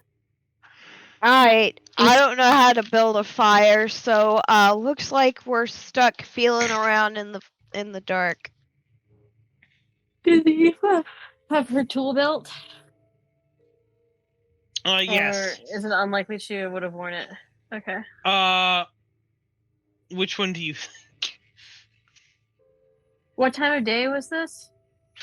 Late at night. Oh wait, whoa. This is still during the conversation with her and Tilly, right? So she had been working. Okay. Reanimating constructs at the time, so I guess. I don't know why it did that, but it did. Can I roll to see? Can I roll to see if she's got a lighter in there? It makes sense for someone who works with wires and strings and stuff. As you are sort of cauterize ends. Yeah, sort of groping around for a lighter, Serona pulls out her cell phone and just sort of turns on the, the flashlight. Hi. I don't have a cell phone. But okay. Yeah, I know you don't have a cell phone because your cell phone died, alright? It's completely fucking dead. Oh my god, your dad was a cell phone? Anyway, moving on. Oh my god. Her mother was a hitch. Her father smelled of elderberries, alright? There we go, there's the reference, bada bing. Our father's a fucking failure. Next. I love you so much. I'll explain that later. Would Tilly also have cell phone or no? Sure. Probably. You can have a cell phone. Yeah, cell phone. I turn light on. I think we know Like- Aoife and Reylen do not have cell phones. No, she does not. That's why I was looking for a lighter instead.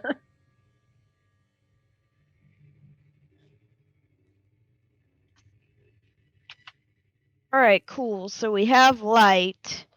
What does my cell phone see?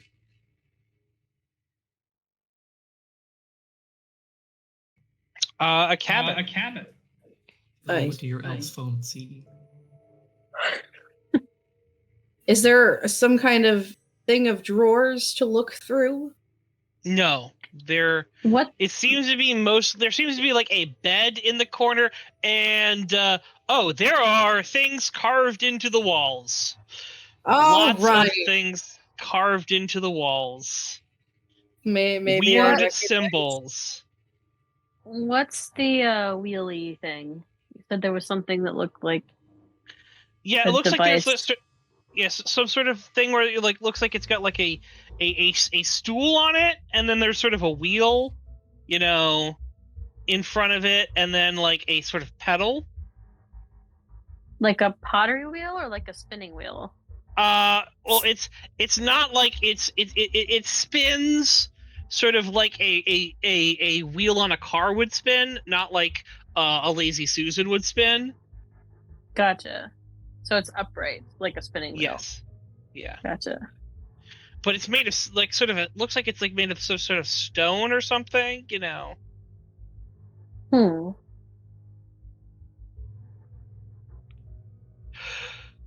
Oh, so that's a mech. That's IRL. I shouldn't have been here. That's. So what? What'd you say?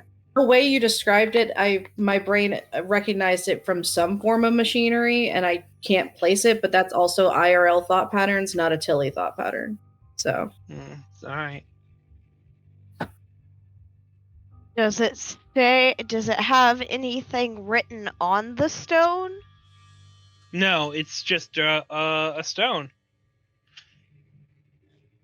Like for milling? Or more for like possibly grinding. Gotcha. Oh my god. Why are we making flowers? I mean, it doesn't look like it might be made for flour. It looks like it might be made for making things sharpening sharp. knives. Oh god. That's real fucking bad, guys. I don't like it. I'll sharpen my stick, it'll be fine. You'll sharpen your stick. Can I start decoding what's on the wall, please, if I recognize the symbols? Sure. So, I mean, it's a lot of different things. I can get you some. I'll get you one of the main ones right here, right now. One second. I think Tilly would be the only one who actually knows the symbols. She would. And be very familiar, considering she kept it in a notebook in her pocket almost literally all the time.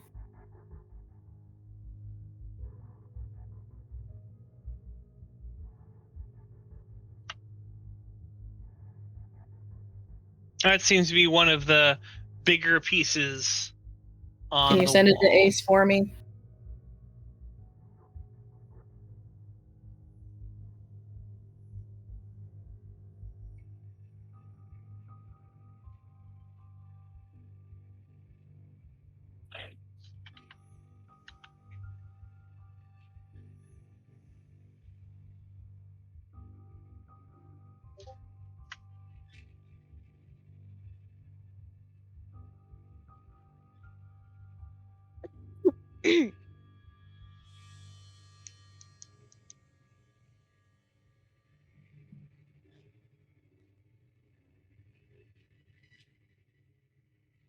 No, I'm gonna get cracking on that.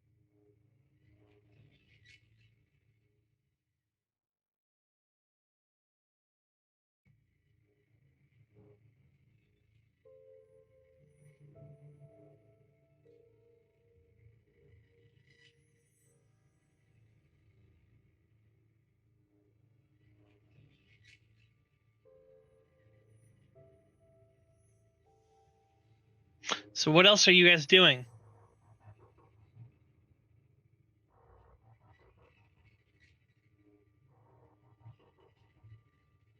Hello? Hi.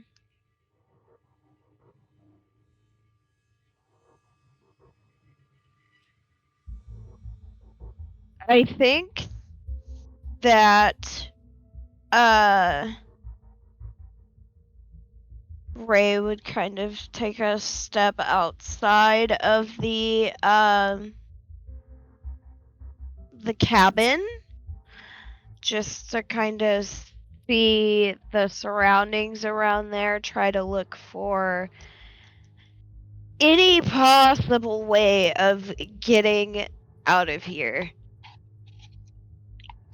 You're wait, so you're what are you're searching the cabin for a way out of here? I said I'm taking a step out of the cabin and searching around it to see if I see anything. Okay, roll me alertness. Oh, fuck. Alright.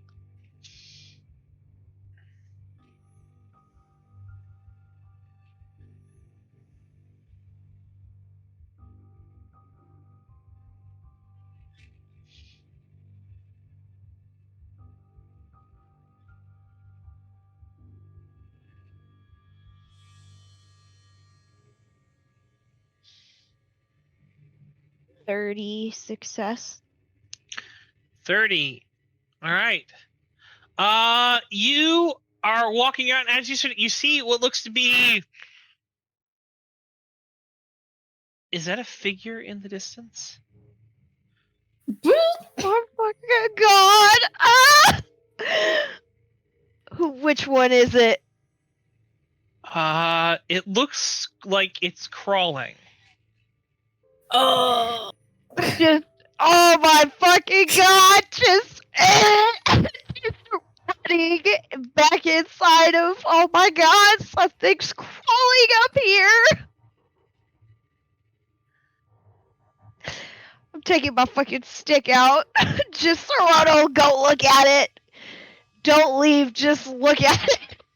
All right, Serena peeks out, and I don't see anything.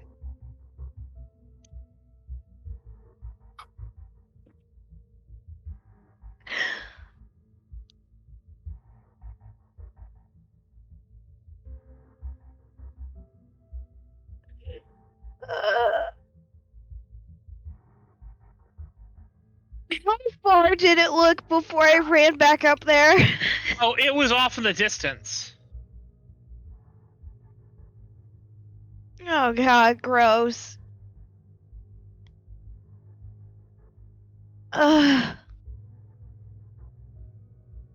Just it looked like a thing from one of those possession movies.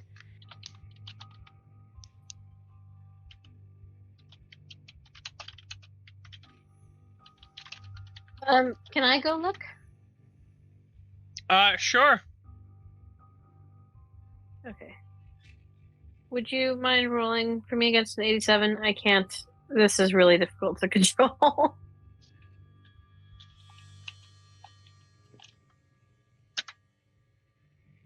70. Okay.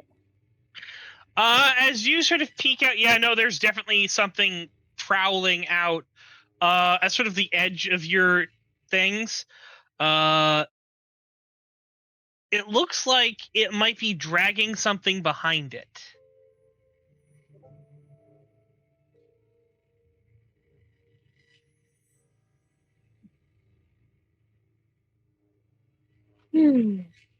Okay. I'm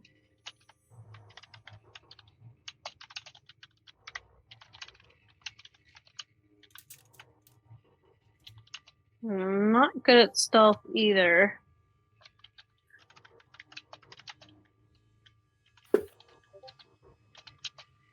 I'm gonna turn to Serona and say there's definitely something, describe what I see. I think we should go look rather than just wait here.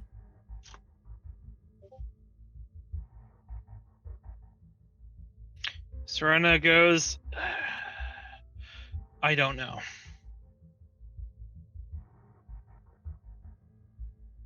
Uh.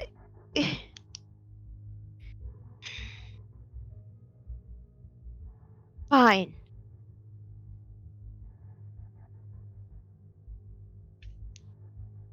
Well, do you really want to look at that, though?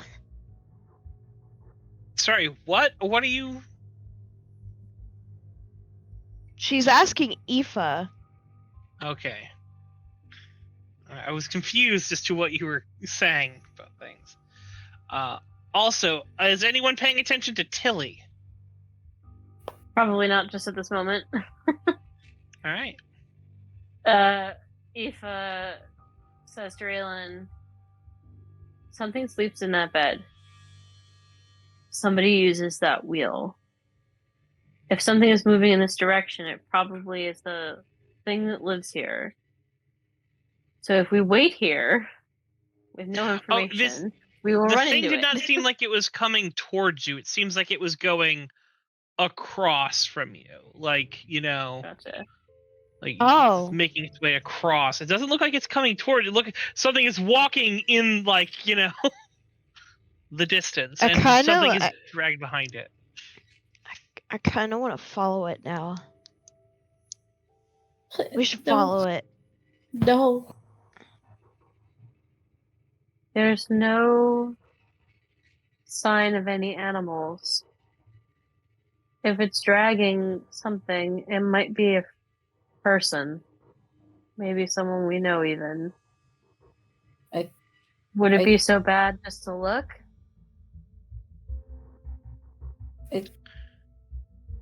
If you want to look, go look. What's wrong with Tilly? She's squeaking. There's no way. And she's like triple checking things, just like, there's no fucking way, dude. We lost somebody in this fucking pit, man. If that's a person, it might be her. Whatever the fuck you guys are talking about. Like, this has been lived in, and she's been like fending for herself, I think. What have you found out in that writing? She's gonna start pointing at different decipherings. It's like, this is Izzy's name. This is Haley's name. And she's gonna go to the top of her the big section and be like, this is Naomi. Naomi was her best friend. She got stuck here. Naomi got out. And based on what this says, and she's gonna like hold it up, like, I think something happened to her. You're talking about Sydney. Yeah, Sydney. What does it say that happened to her? It's not done. That's the worst part. It says, Naomi, I am sorry I had to go like I did. I had to. It was a decision. And then there's nothing. Either she had to go like as soon as she was done with that letter, or something got her. Do I have to roll notice to see if there's like any kind of signs of struggle? No, what more you notice, you've seen like that message written to various levels of completion around the room. Okay. Until it gets to a point that it's like the last letter is it ends at different odd points.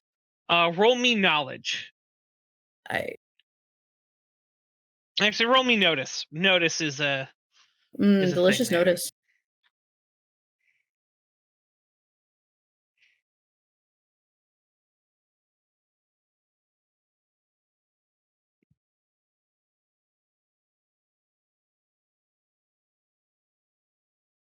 Okay. Oh, yes. You notice the last symbol of each carving is wrong.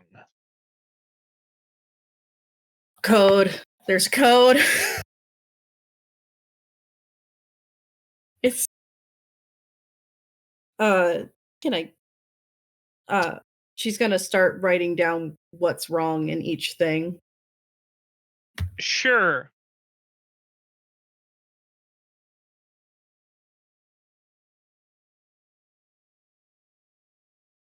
Was it actually wrong in my thing? No.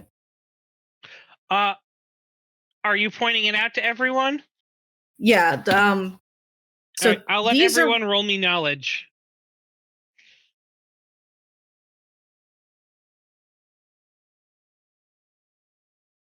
So I'll say the last symbols that you're recording down don't look like any symbol you know. Oh, great. Some of them look close to symbols you know, but a little off. I got a 31. success. All right. My target was 62. I got a 31. So Haley, I'm going to ask you a question. Yeah. Have you ever written in pen? Yeah. What happens when you make a mistake on something you're writing in pen? It kind of like smears together. No, you can't erase it. You have to start Gribble. again. Yeah.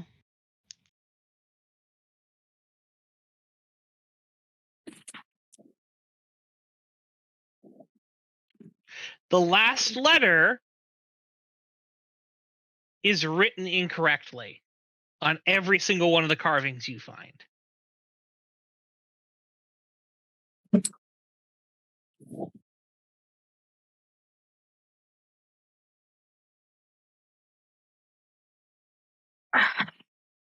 That. Are the carvings really big, or are they like pretty small? I mean, they're fairly big. Gotcha. They seem to get progressively smaller as it, there are some that are really big that are longer, but like the smaller ones are the ones that go longer. Like,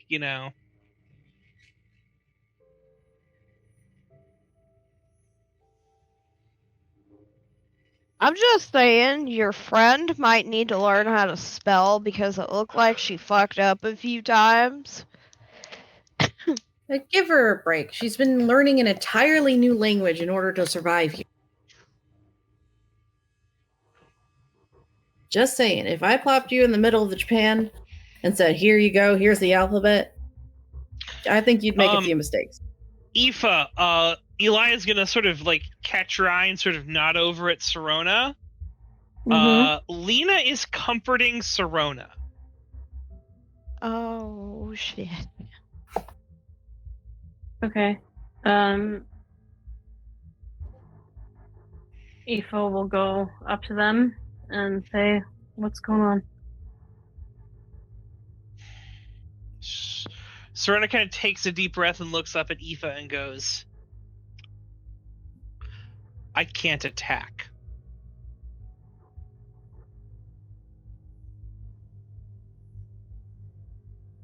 You don't feel your power here? No, it happened in the hallway. I squared up to throw another blast at this thing and nothing happened.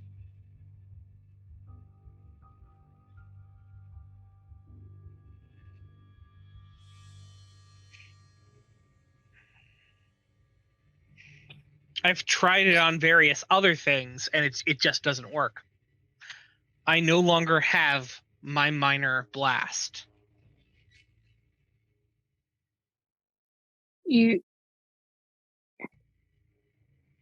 Since we were taken today? Or Probably longer?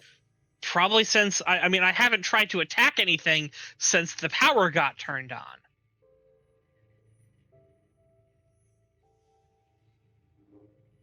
Oh. I can't defend you.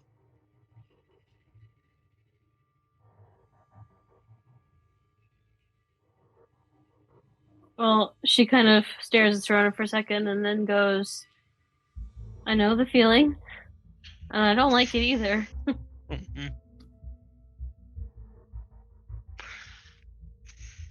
Lena's like, it's okay. We aren't,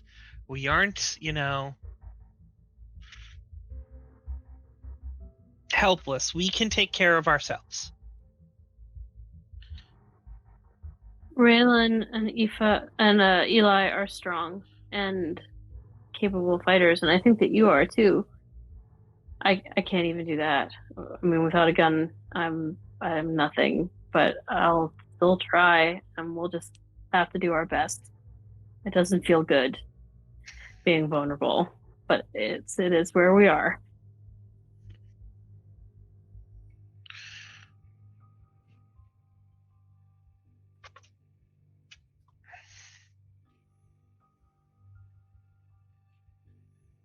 Can anyone use anything?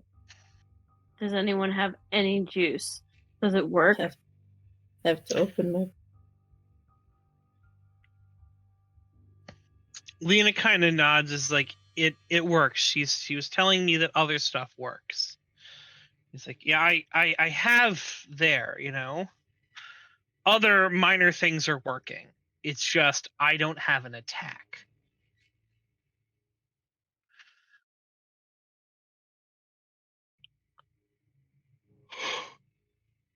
I currently don't have any juice, but if I did, and if things work, I would have an attack. Maybe. You don't know that. You haven't tested it.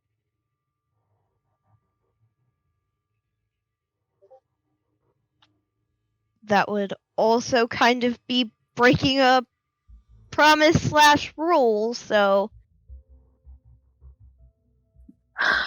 Can Aoife still feel the couple of charges that she was holding? Yes. Okay. Can I try to give one to Reylen?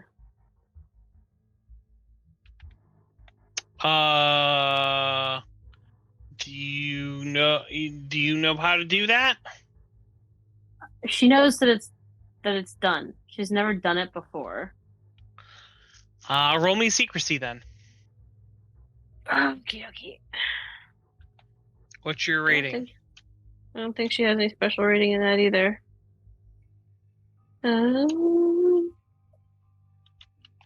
Making it 40. Unfortunately, you can't seem to get it to work. Unless you're Gotcha. going to spend for a reroll.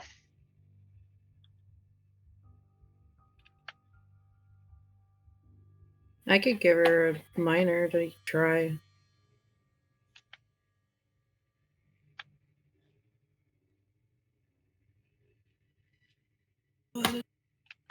Well, Lena goes, we don't really need to, worry about just one. If we only have one attack, we don't need to use it right now to test, okay? We should just plan on not fighting. If fighting isn't an option, then we don't fight.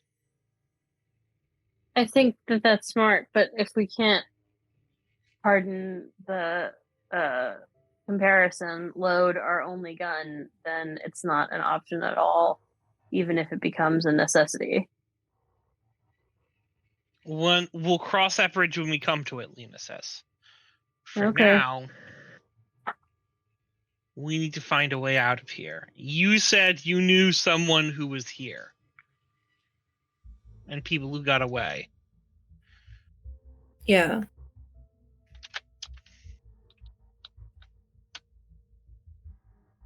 Although all the information I have is on, yes, multiple cases, but also from multiple cases involving mostly one person. It might be different because we're a group. And clearly the last group that came in here, as she gestures at the wall, not all of them made it. Very stressed looking. So Lena goes, so what are we doing? Are we sitting here? We should get moving and try to look for one of those passageways. I agree. All right.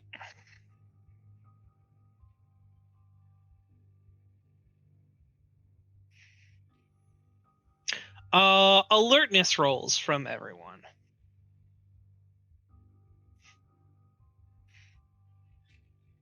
Is that notice or is that there's alertness a different thing? Notice. Sorry, notice. Sorry. Is that 47 for me? Yeah, the 47 was for Gotcha. you, which is why I say you failed. 64 on notice. Yeah, she said 87. All right.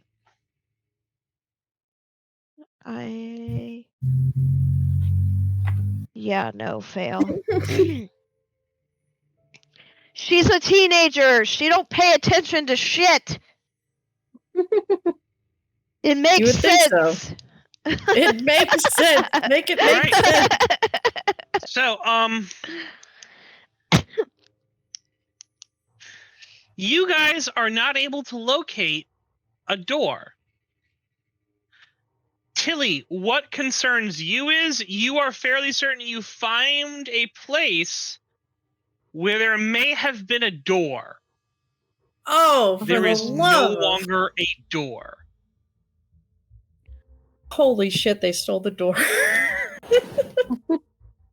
It's just fucking God. It's not the front door, right? It's like a different door. Yeah, no, like one of the exit doors. If you come to a spot that seems like kind of like it, how some of your friends described it, and that there should have been a door there that would have opened up into the Probably like the back of the house or something. yeah, it would have opened up somewhere into the ship. Into the ship. There's no door there.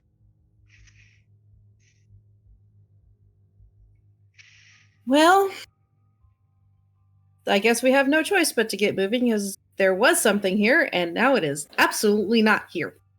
So, What does Aoife see? I don't think. Did Aoife see? Yeah. I rolled a 64. To a what? 87. Oh, you see. Mm-hmm. God damn it.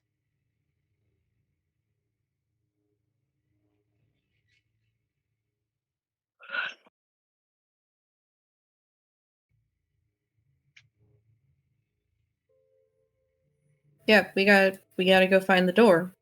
Or if we can, find Sydney. She might know where it is. All right, so you're just gonna wander on off searching for a door in this twisted and unhelpful landscape. This gross situation. Well, is there any kind of navigation tools in the cabin? No navigation Okay, tools then. in the cabin. I told you everything that was in the cabin. It's in the cabin. There isn't even a knife in the cabin that you guys found. There may have been a knife in the cabin, but Ooh, Sydney's out there with a knife. what do you mean a knife? Several Oh my knives. fucking God! Ah! Just- You're right. Sydney wouldn't just have one knife. Sydney's smarter than that. Maybe. I don't know. Anyway, I think back to the other people would be a fair Sounds thing. 'Cause valid. it seems like no one else sees, that's the thing there. Have people just been rolling, or have been people working on the message? I rolled twice.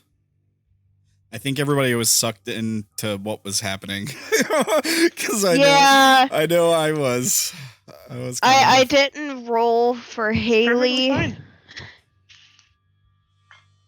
And I didn't want to just be like the only one rolling, so I was gonna wait. Until... No, perfect. Thank you for reading the room and letting other people going on in there and listen to other stories. I appreciate that.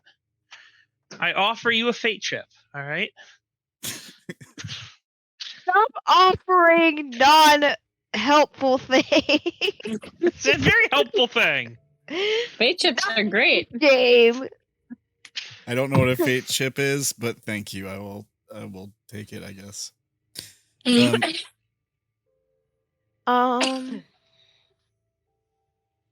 So how do you roll things? So you do a status roll, you tell it where you're getting things from, and then are we only getting 3 things each time? Is that what's happening? You're getting the tens place. Oh, gotcha. All right. Which doesn't make a lot of sense if you roll under a 10. Actually, it does. You get 0. No. You get 10? Yes. Oh, okay. We're shooting for a 10. That is. No, you're shooting for 9. 9 and below Yeah. is what you're shooting for. You get a 10, you'll just get 1 thing.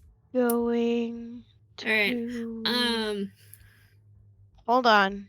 Going to Bass Pro. Beep. Beep.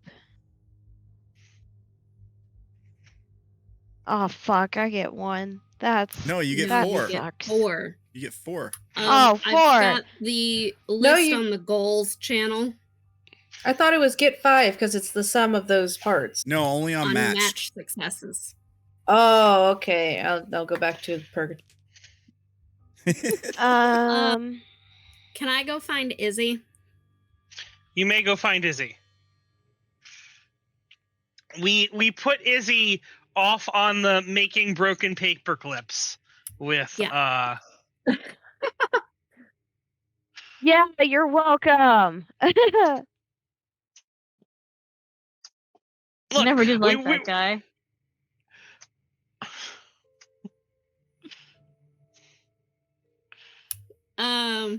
So Mercedes, Max, do you want to come with? Yeah, I could use a break from this. Sure. Okay. So go knock on like the door frame or whatever where we have heard Izzy is making anti-symbols. He's taking paper clips and straightening them all out, to thin strips of metal.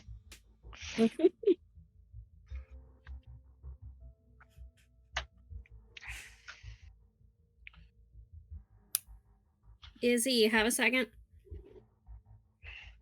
I've been making uselessness all day. I have lots of seconds to give. So Mercedes has some pieces of paper in her hand. Who's Sydney? She puts the stuff down, she turns around and she says she was with our group in the beginning, but she ended up with Stretch. Why? She's dying. What? I got a message. What does it say? She's like getting up and coming over to you. All right, so I left a message asking how to get our friends back, and like the last message we got said that he needed more. So I asked what he needed more of. Okay. All right. More people More acolytes, more lives, more souls, more energy, more time, always more time, never enough time, even for one such as I. Your friends, mine young ones, I have more need of them than you. You seek to maintain statosphere status quo. I seek to preserve the continuity of life. I thought showing you would be enough. I thought some of you would understand, that some of you would care enough to help. But no. None of you could put aside your petty issues, not even for the sake of all existence. You were all more concerned with fights, against each other, against the Ur-Demon, against others. You even tried to make me your weapon, to send me against the Ur-Demon. Foolish notion. None were selfless enough to join me. No one but one. Sydney did. Sydney cares. Sydney joined. But she is just one, and the burden is enormous. She has lost so much of herself already. I more people to share the burden, to save what remains of Sydney. She deserves to survive.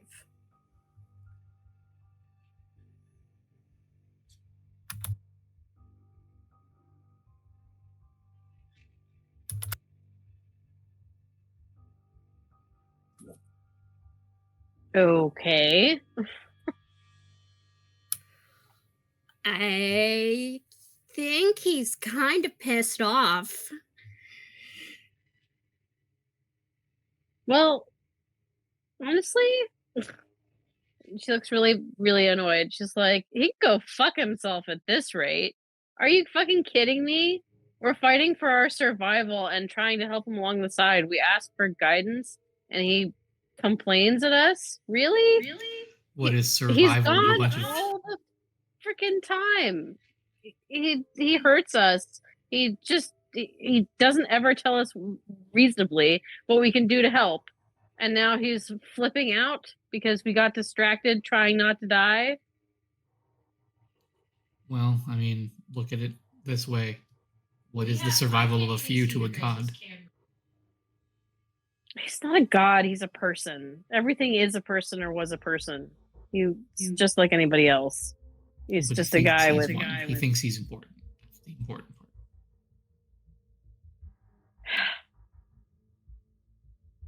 Well, most people think that they're important when their lives are on the line.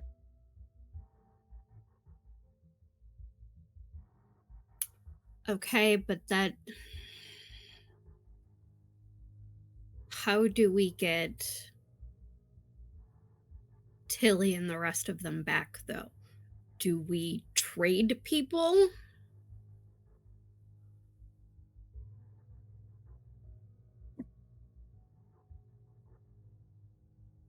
Izzy kind of puts her fists on her hips and she says, I don't know. I mean, obviously, he knows that we'll do whatever to get them back. But he's not even explaining himself well enough for us to understand what to do. The very fact that you're asking me what to do shows that he's just not communicating with us again. And it's just so unbelievably frustrating. And what are we going to do? Kidnap 100 people to try to get our friends back? Like, Suppose it's an option. and I was Damn it. literally advocating for trying to give him this power to do whatever he's trying to do to save people. And I'm not even convinced that he's even trying to do that anymore, honestly.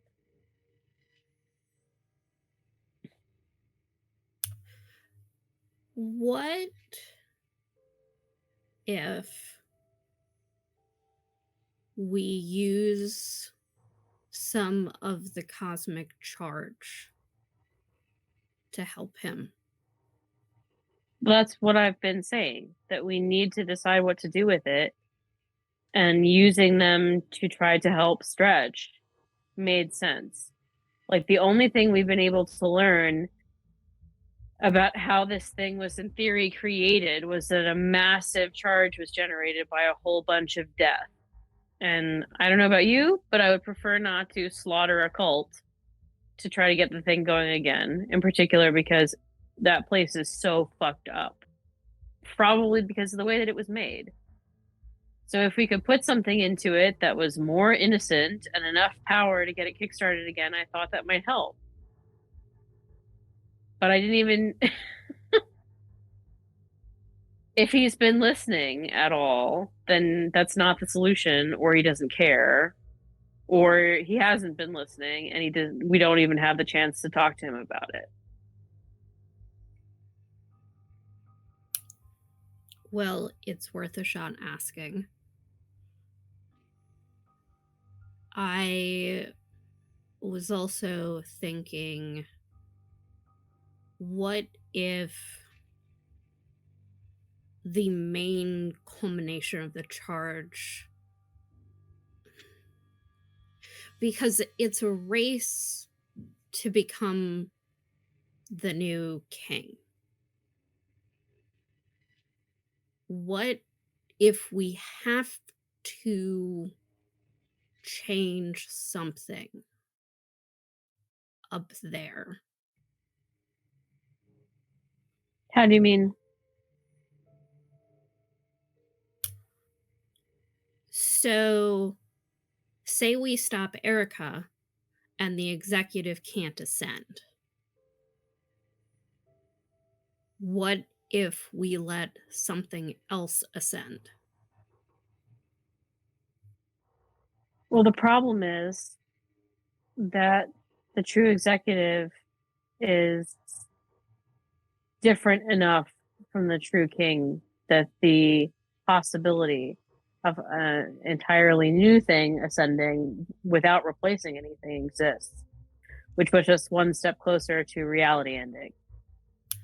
If we absolutely have to exchange something, then we need it to be similar enough to the current king that it replaces him instead of creating something new. I don't necessarily mean replacing a king, because there's also been rumors going around about someone trying to change the messenger. But she looks disturbed about that. When did you hear that?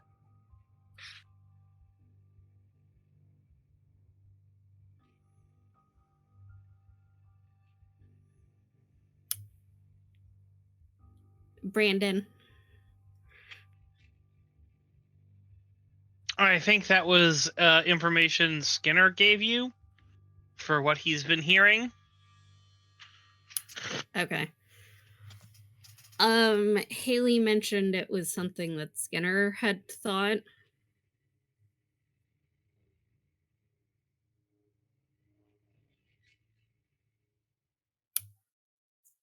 But I was actually thinking, what if we change something that recently got shaken up and put something better in place?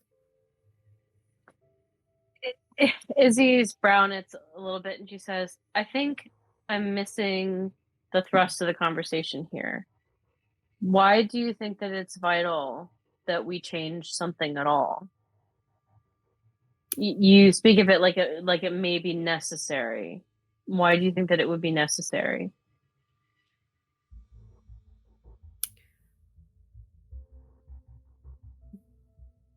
Because the ball is moving. These charges that we're going after, they're just part of the ultimate thing. And if these pieces that are falling off at the chakras are more powerful than major charges, what is the final piece going to be?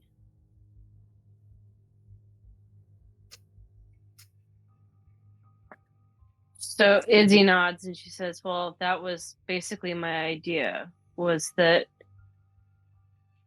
from what we've been told, that no person could manage to hold on to this much power. So that's why I thought trying to come up with a way to give it to the Ark would be good.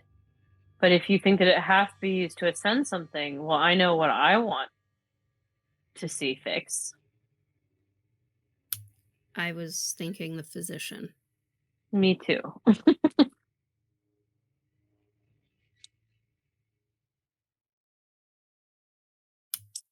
That sounds like a good way to get your doctor friends on board with our team.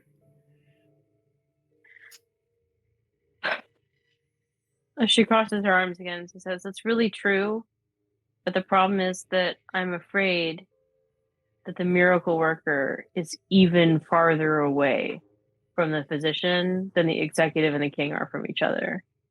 What if we end up just increasing the total number again? How can we be sure to rip something down?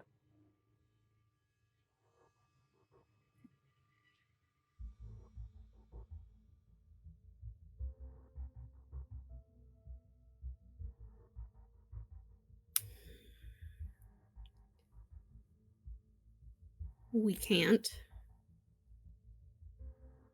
But I think it's worth a shot.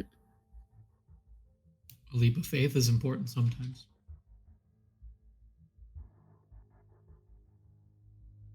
She kind of chews on her lip a little bit and she thinks, do you think that there's going to be enough to try to negotiate with Stretch and the, well, let's just call them like the cult of the physician, to give them some sort of name? Or is this an either or situation?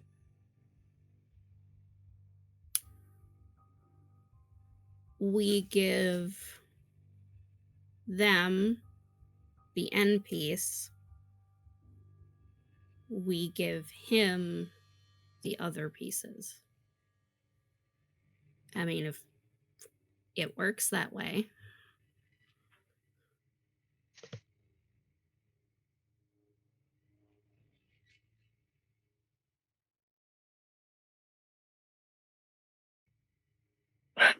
I guess it's the only thing to try to do. Then we should also decide now. If it doesn't work like that and the whole has to go, it goes to Stretch.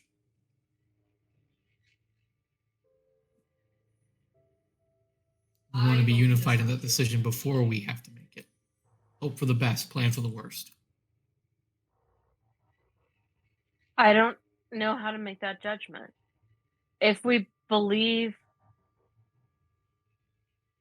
everything that Stretch has to say in the best possible light, that he is trying to make some other world where as many people as possible can be sheltered from the reset, or fundamentally change where humanity exists so that the resets don't have to happen. No matter what, we have to contend with the fact that the Ark was started in gallons and gallons and gallons of blood, and that he was okay with that. And we can't be sure what his intentions truly are once that's done. We don't know anything about him at all. So we need to decide if we're going to trust in him and what he's trying to do and why he's trying to do it before we can even make that calculation. I know what the physician wants, you know. They want to ascend somebody who's trying to help. They want to give medicine and science and compassion and patient-centered care to the world. That's the thing I can understand. What Stretch is trying to do, I don't understand. Is he trying to make a hell where he's the devil and in charge of everything? I don't know, but nobody knows, but it's a possibility.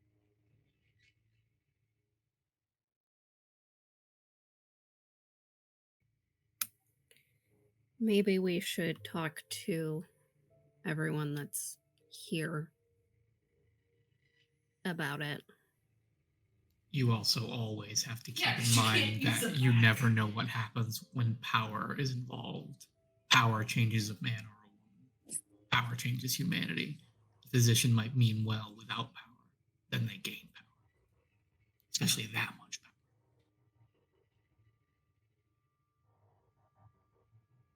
Generally speaking, at least from my rough understanding of what the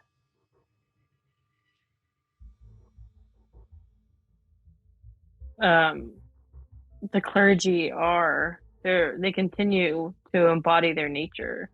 That's how they work.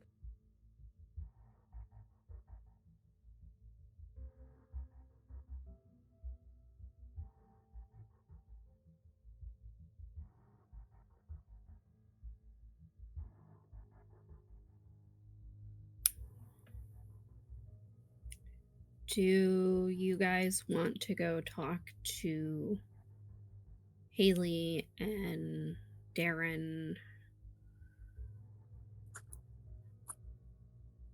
I should really get back to helping Jeremy. What do you think, though? I mean, your opinion is valuable to me. I've expressed my doubts. What do you think?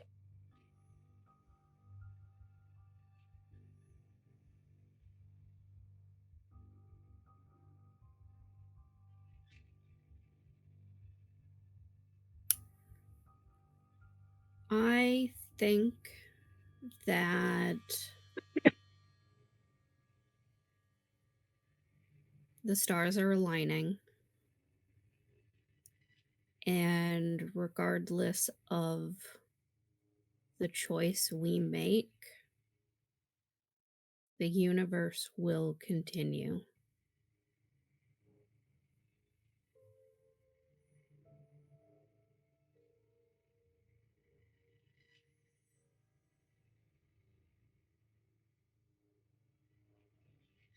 Izzy kind of looks a bit perplexed at that, but she kind of nods.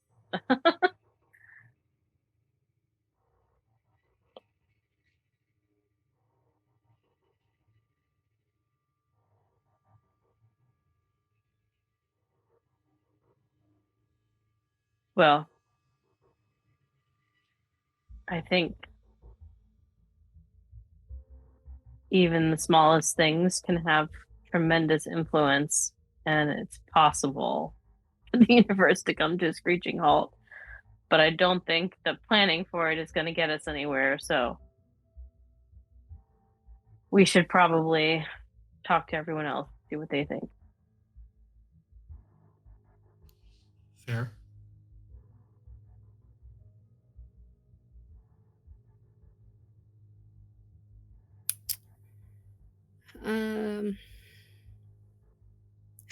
I know Darren and Anthony were out shopping for the bug bags. I don't know if they're back yet or not.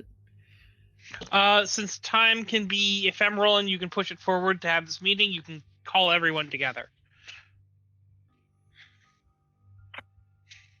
Everyone except for Tilly.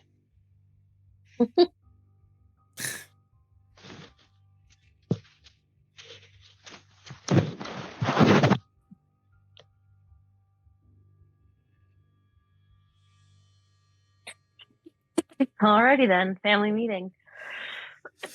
All right. What's going on, guys? Well, we were talking about what to do with the power when we get our hands on it, if we get our hands on it. And two thoughts were proposed. One, that we give the power over to Stretch in the hopes that it stabilizes the arc and in theory lets us have our friends back. Or two, hope that there's enough power to do that and bring and raise the physician, because it might be possible that the situation changes so much that we have to raise someone, and if we don't want it to be the true executive, we can make it something that we want it to be, the physician. Or 3, we just screw Stretch over and give the power entirely to trying to raise the physician. I don't think we should screw Stretch over.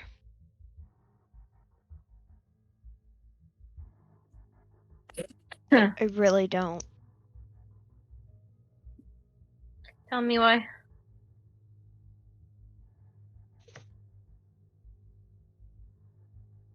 Because he's trying to save people. He's also kidnapping And- friends.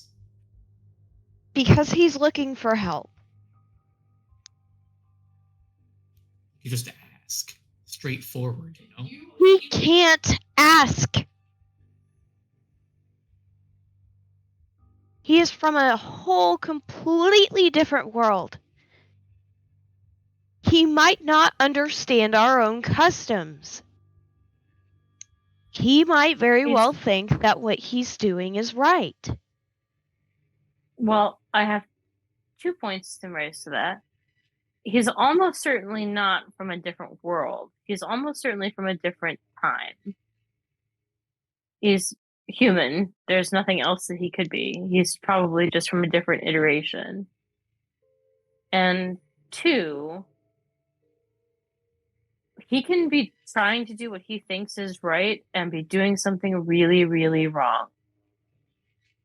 The executive think they're right.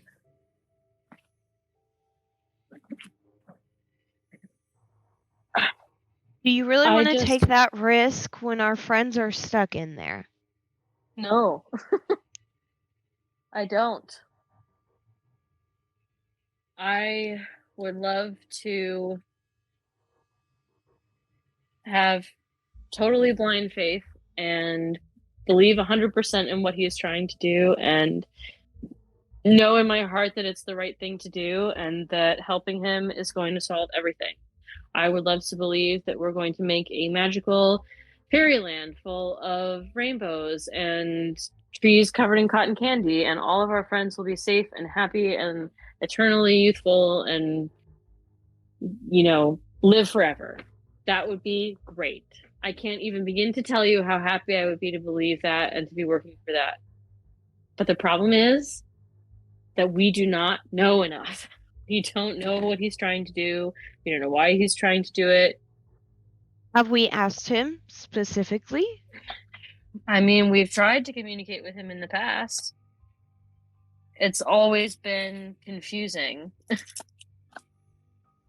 Always half responses and mixed messages and all about what he thinks that he needs, but he's never willing to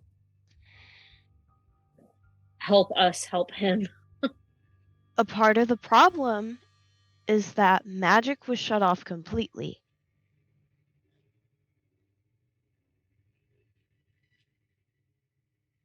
Well, no. Yes, because then he couldn't No. communicate with us. Well, we don't know what he's using in terms of power at all. And even like avatar powers were still wonky but usable in that time. We don't know what he's been doing. How are we so certain that he is actually a person, though? Because there's nothing else. Everything is a person or was a person. I mean, the gods of this universe were people. That doesn't mean he's a person now, though. Especially if it's been a very, very long time. He might be a very broken person, but that doesn't change the fact that he was, and some part of him still is, human, or he wouldn't be able to use magic.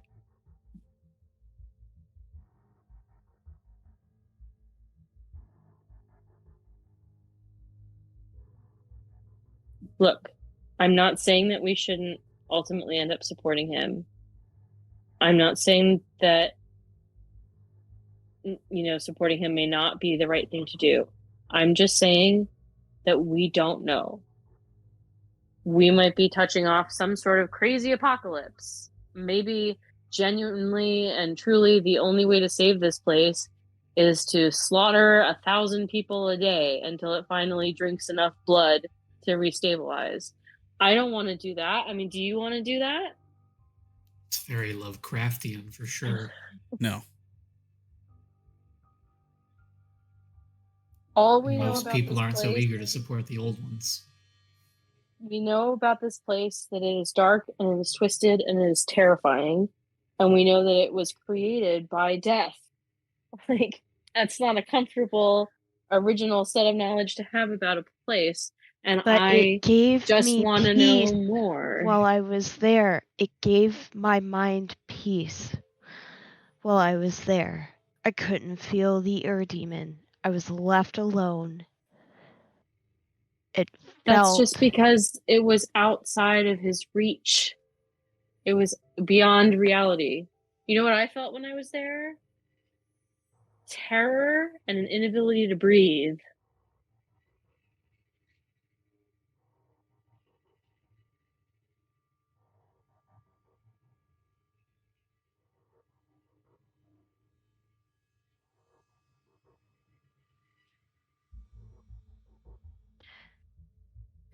What did Darren feel when he was there? It was horrific. It's an awful place. But we have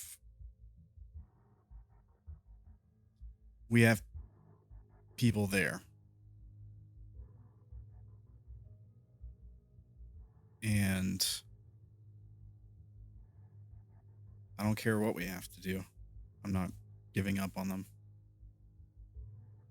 I'm not advocating that we should, but we need to be careful, or we stand to lose even more and harm even more people than have already been hurt. I'm just saying,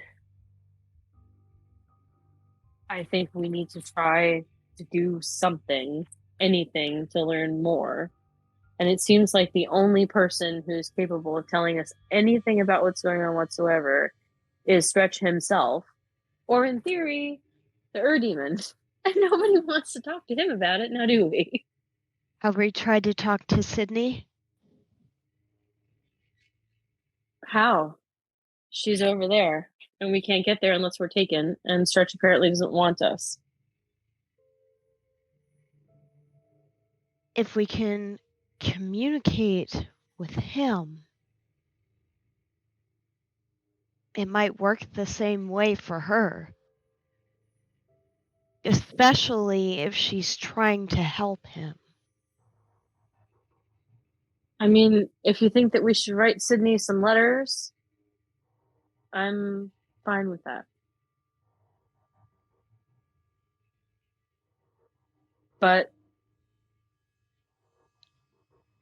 You're not I wrong. have no faith that she's going to answer them, if I'm honest.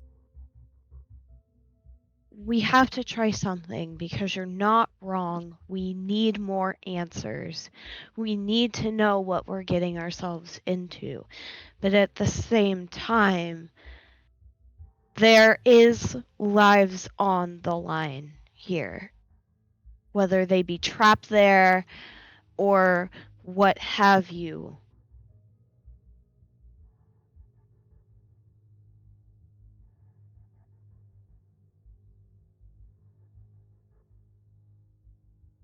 Here's what I propose. We write as many letters as we can think of things to say to Stretch and Sydney and maybe even the rest of our friends. Who knows? That might get to them somehow, or maybe he'll take them a message. I don't know. We try to get information out of them. And in the meantime, we try to find someone who can tell us something about making or getting into other spaces. Because maybe we find a way to cut a hole. I mean, If I there could were doorways probably out, maybe we can make a doorway in.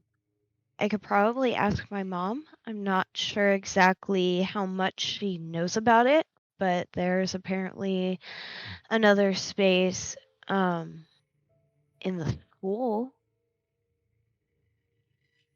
So maybe she knows something about the other space. Well, the space in the school is part of the house, right?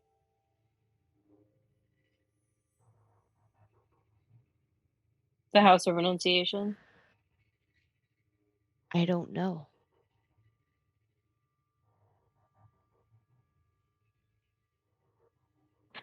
Okay.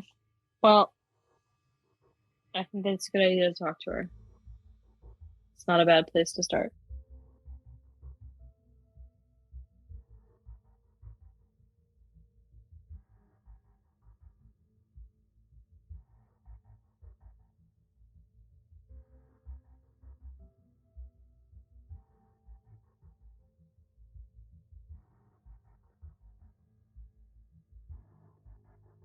All right, so you want us to write letters, get all that stuff going. Doesn't mean we have to trust him, but he can at least get our messages.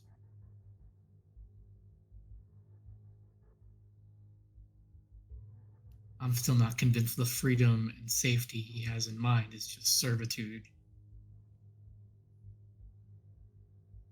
Well, like I said, we don't understand his motivation. I mean, even if he truly is trying to save everyone, to what end?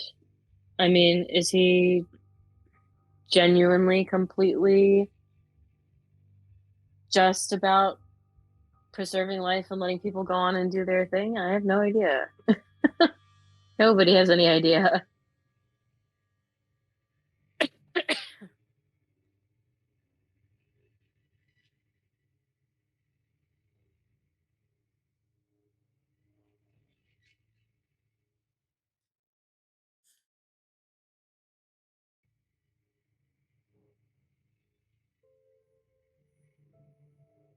Sydney stayed there intentionally.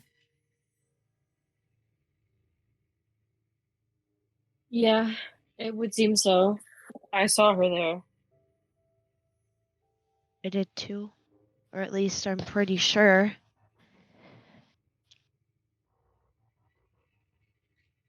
I think that she agreed to stay, but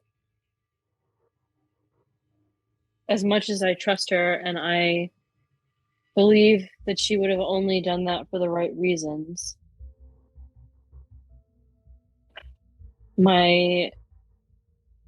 that's still not enough for me, because she could have been deceived or manipulated, or I don't think that she was forced, but she may not have had a better option.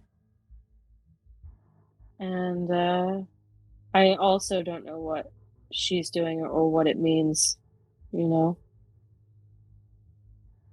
knowing her, she's very self-sacrificial. Maybe she agreed to allowing something horrible to befall her and even to do horrible things in order to try to keep some of us safe. I don't know. I have no idea.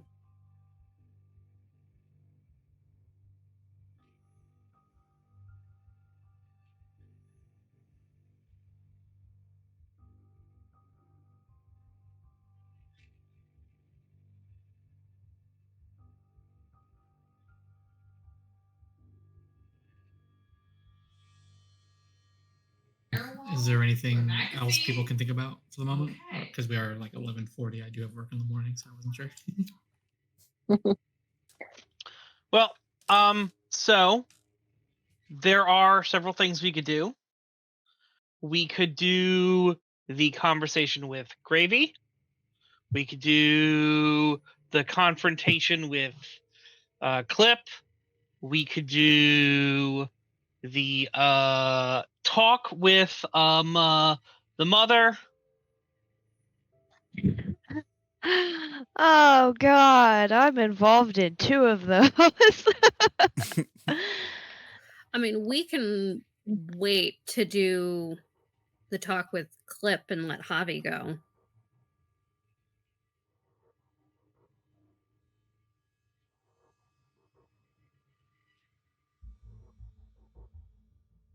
Or I'm Javi, just do you talking want to to the get? mother. Hi.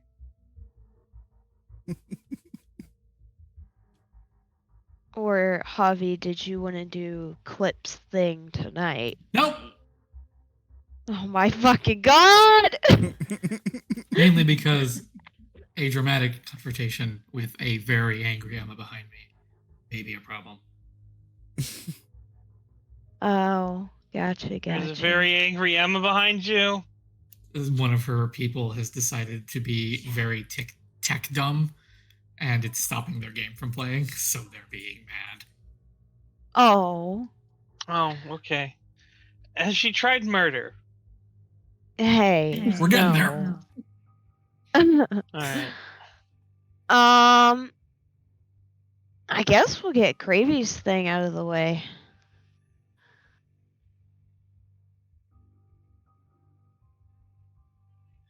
All right. Right. And I guess we are bidding Javi good night. Or are you going Javi, to stick around? you want to hang out, Javi? Huh? You want to stick around? You hanging out, Javi, or you leaving Oh, us? I'm gonna be here. I'm All right, okay. Okay. All right, so this is your show. Gather God. your people. Who are you gathering?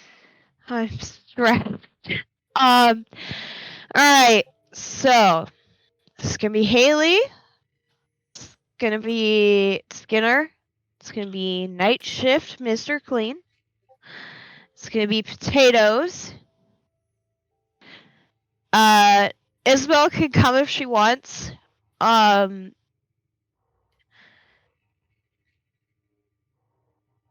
Joker should probably stay behind for a minute.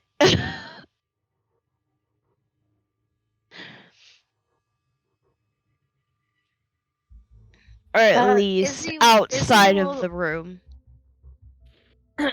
Izzy will just ask, are you sure about potatoes? He's gonna stay outside of the room. We're gonna make sure no one else is seen except for me, Night Shift, and Mr. Clean at first. Potatoes is gonna be the last resort. Because I don't know how she's gonna respond to him, and I don't know how he's gonna respond to her. But I have hopes that they will be happy reunited. Okay.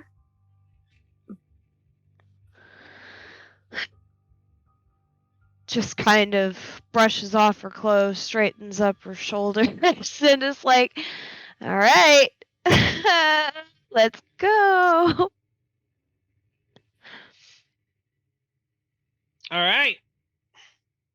So, Night Shift will give you the go-ahead. They're meeting up at a location. It's going to be her place, actually. Whose place? Night Shift's place. Okay. I was like, this. Mr. Clean's place. This is important here. Okay, this is acceptable. She's going to suggest that you guys don't park your cars. You kind of walk on in, hang out in a different room, you know. She is going to say that Haley, you should be present with her in the room when this starts. Nightingale can either be in the other room or not, depending on what she thinks is what you, Sparrow, and Nightingale think are best.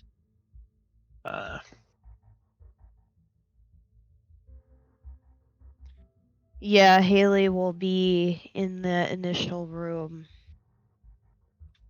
All right.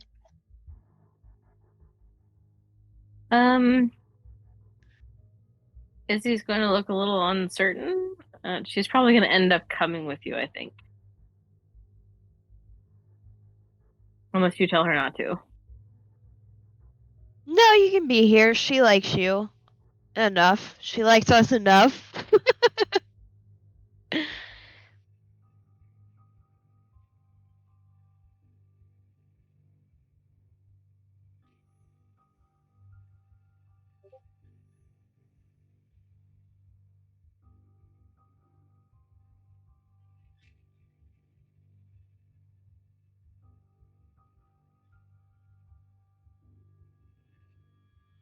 All right. So I think we're just kind of waiting for Gravy to show up at this point, I guess. Sure. There's a knock on the door. It's not my house. I'm not gonna open it. Yeah. Night shift goes. You can see her there. You can hear it's like pleasant conversation. There's a little subdued tone from Gravy as she's just like, yeah, no, almost like she's feeling a little off. I'm assuming that the bent paper clips have been scattered all around the fucking house, along with several other things, right? Yeah, trying to make it hard to see. I don't think we would have big, gigantic things out, if that makes sense.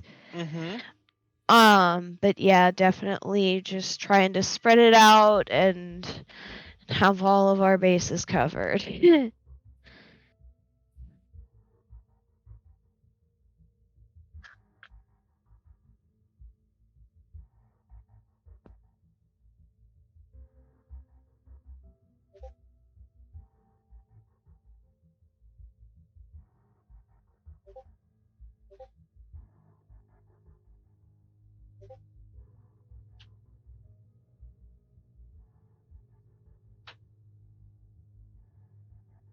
All right.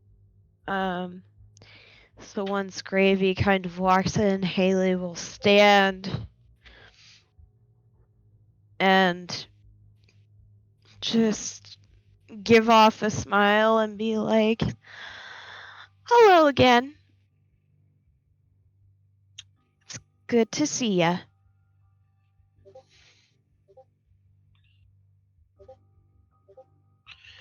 Ah, you two. Having a girls' night, I see? I suppose it's been a while since we had one of those. Is there booze or just coffee? She moves to sort of have a seat.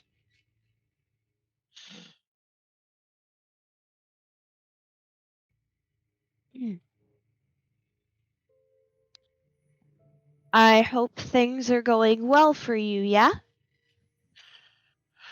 Well enough. Although I didn't come here to really talk business. I thought I was having a meeting up with my friend.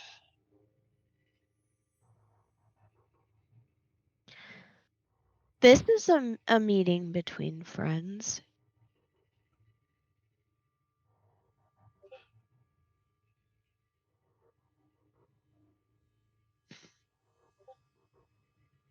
All right. So she's sort of sitting there waiting as sort of the awkward silence is kind of filling the area. Night Shift's looking over to you because you're the one who's running this Sparrow. Yeah, so Haley's just gonna kind of walk over and sit down next to her and just kind of look over at Night Shift and be like, do we have drinks so that way it's, you know, just asking for parchments before we continue on, because She'll bring out a bottle of wine. Yep, we're gonna Pour need it. that. Yep. All She right, pours a cool. glass for everyone except for herself.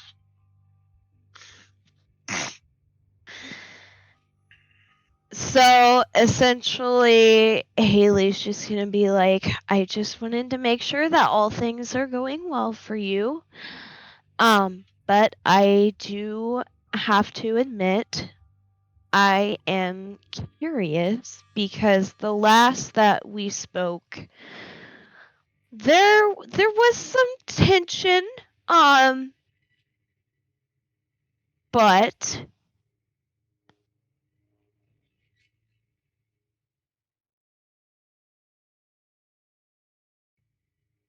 ultimately, I would really like to have a good, honest chat with you. All right, I'm gonna have you roll connect. Okay. All right. This is under.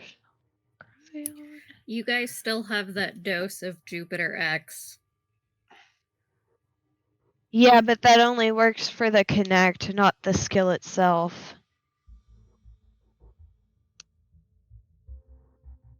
It doesn't work on the identity. It works on the skill roll. In that case, Isobel should probably have it because I think hers is higher than mine. Well, she gave it to It's a success. You're a success. All right. She should have nods, kind of looking over at Isabel, and she goes, "You going to join us or just sit there? Or stand there, depending on what it is she's doing." I'm very sorry. I was trying to attend to something that someone was asking me privately, and I'm really exhausted. I've been a very little bit checked out. So basically, she's come in and is not feeling good from the paper clips. And Yes, she we're just hasn't put her asking finger to on it talk yet, and though. drink. Yeah. Okay. No, AC will come and sit down.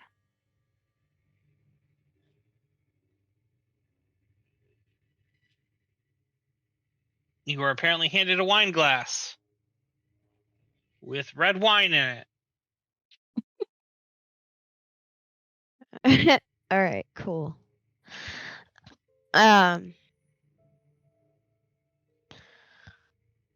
So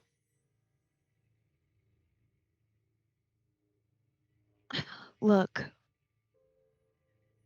we want you to come home.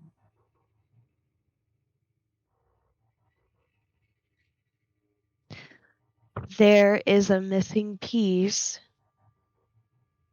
without you here, and I've heard many stories from Night Shift and Mr. Clean, and you sound so lovely, and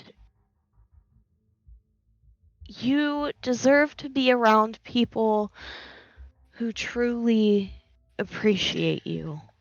I'll give you another connect roll. This one is going to be minus 10.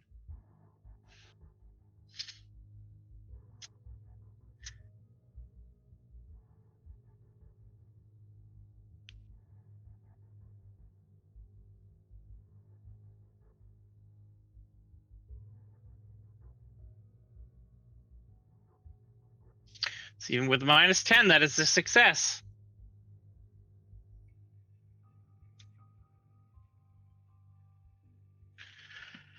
All right. She goes, "I know you mean well, but I am around people who respect me. At least I thought I was around people who respected me." As she sort of like kindly gestures to the room, like, "I thought you guys respected me enough to not insinuate certain things. Like, if I'm wrong, then perhaps this is a bad decision and maybe I should go." I take it she knows about the paper clips and things now. No. your tone of voice, your choice of words has been kind of like a brick to the face. Oh, gotcha. Okay. It's like, I just wanted to make sure that you're in a place where people respect you and like. She's like, I understand where this is going. I see the direction of this conversation, particularly since we walked in and it was dead silence and no one said anything. Okay, so we're not here to hang out, like Night Shift said. Okay. You might as well have just had a fucking giant ass banner that said intervention.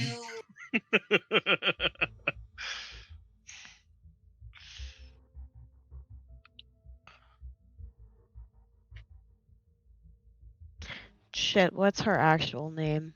I need to take a look at that. Grace, wasn't it? Yes. Grace, right?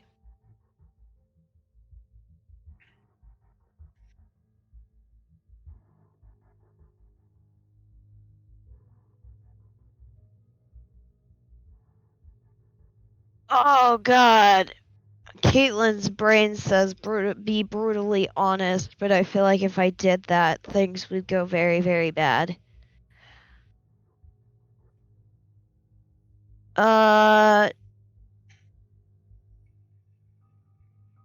Peanut Gallery, do we think that I should tell her what's going on? With the necessary servant.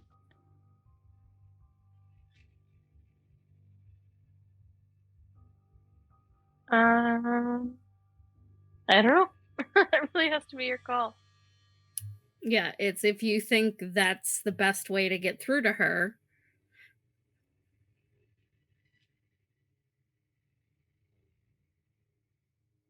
I just feel like if she found out about the paper clips and shit being spread across the house or whatever, it would really piss her off.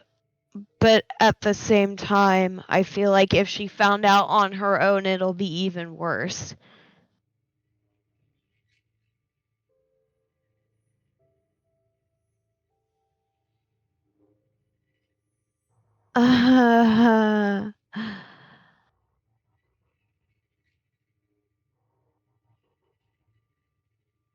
Okay.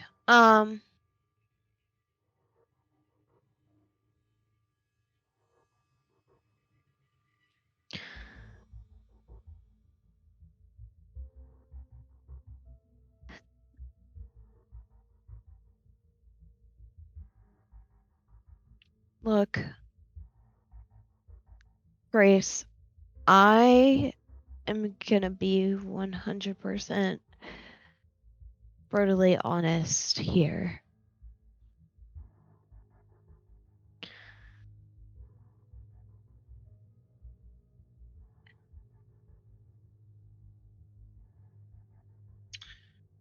Your avatar of the necessary servant has a very large grip on you. Yes, but it is something I have cultivated. I have grown very close with my archetype. It is how one advances in any archetype. I am aware, yes, but something that you do have to understand is that the necessary servant doesn't really care what you might want or what your friends or family might want. It only truly cares about their own goals and their own bosses. And she's looking in your face like this is baby's first. Yeah, that's the archetypes for you. Are you afraid of them? I mean, you're on a path also, I can tell. You look like a rather, solid person to be with. You also, yours doesn't care about you. This is a come to Jesus moment and get off your archetype path. No. Izzy I'm- holds up a hand. Izzy holds up a hand for a second and she goes, the last time that we talked, you told us that it was very important to you to do the right thing and to be sure of the clarity of your goals, right? Yes. And What? after speaking with the loudmouth that you had with you, I am more certain than ever I am on the right path. Well, Izzy says,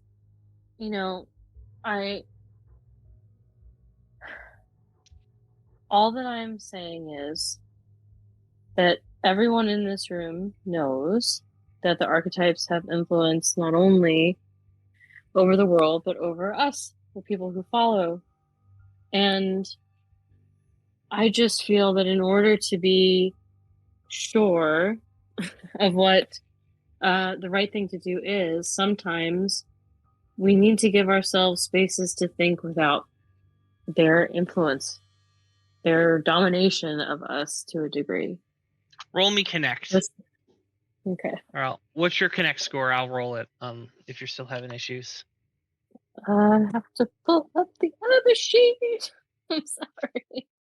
It's fine.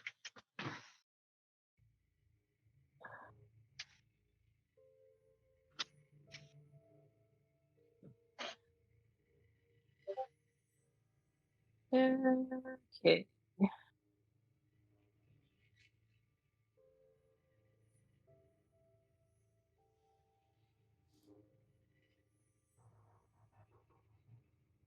Hmm.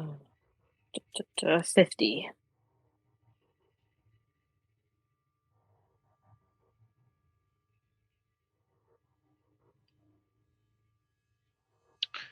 Do you have the score? Yeah, it's 50. Oh, 50. I didn't know that was a... All right, so that's a 57. Gotcha. Would you want to re-roll or take the fail? Yeah, I think I should probably try to re-roll. All right. What are you re-rolling with? Fear? All Her right. fear is being forced into a life that she doesn't want, and she has been a little bit with the miracle worker, so she's speaking from a really genuine place. Sure. However, it seems like it once again overplayed it with 68. That's frustrating. Yeah. I think at this point, she kind of stands up a little bit and she's like, I understand.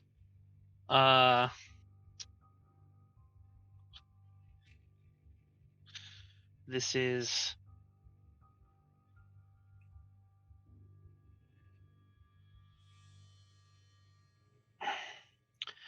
you're blocking, aren't you? You've cut off the necessary servant from this room, so they can't assist me. Is that it? I wanted the chance to talk to you as a person. Well, then talk. Talk to me. You're here. Talk to me. But don't talk at me. Talk to me. And don't presume that you know what's best for me. I know what's best for me.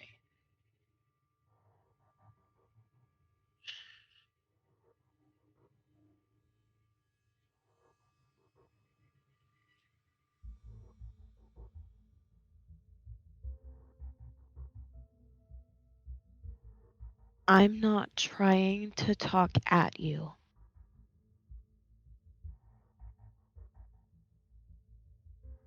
Do you want the utmost 100% truth? Sure. Why beat around the bush?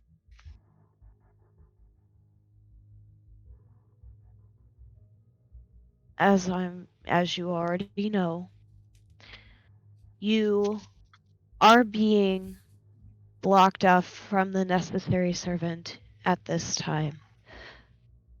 I will not lie about that. I have nothing to lie about. But I mean it with every fiber of my being that we need you here. We who?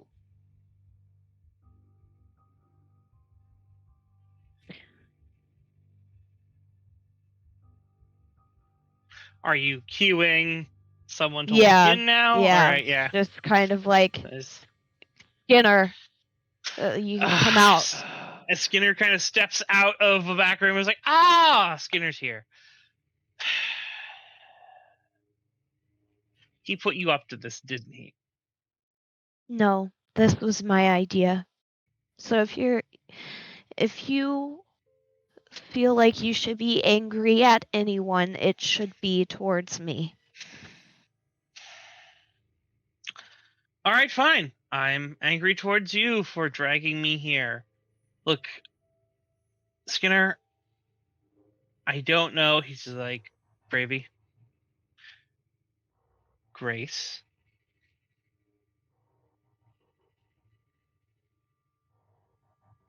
I'm not angry with you. She kind of like stops. She goes, I'm not upset with you. You always provided me great counsel. You always were there for me as my right hand in a very real sense. Losing you was like losing another part of me. And coming from someone who chops them off regularly, that's saying a lot. You were the part of me that it hurt the most to lose. You may be fine. You may be perfectly okay. We're not. You can kind of see her start squirming in her seat. We have people suffering here because you're not here. People like who? And Night Shift goes, me, you bitch! Yeah. This is the kind of like undercuts. He's like, we talk a lot. It's like, yeah, but you're not here, you know?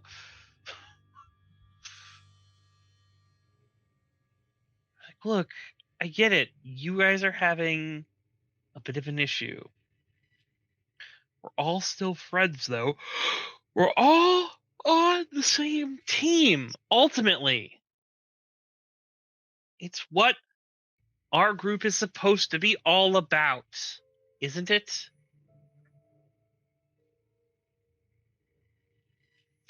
Anyone have any response to?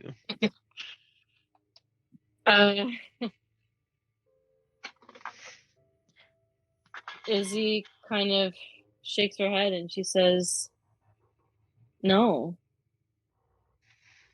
Both of our groups are offshoots of a much more noble idea.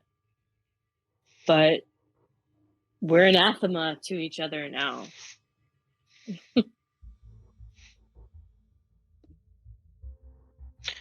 She looks at you, kind of cocks her head, and she goes, how so? Because she shakes her head and she says, we all follow Skinner.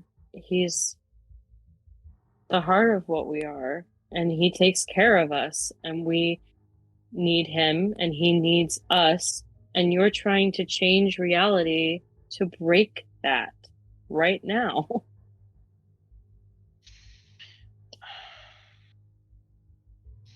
She sighs, she's like,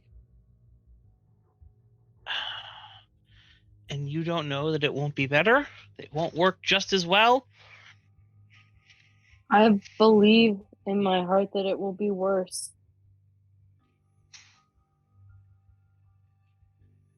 Would someone roll me another D100 and tell me the result? Versus her 50 of Connect. Oh, fuck, 89. Oh, God. Hold Wait, on. Give me a wait. second. Give me a second. Hold on. Oh, I want to try to do a nonsense.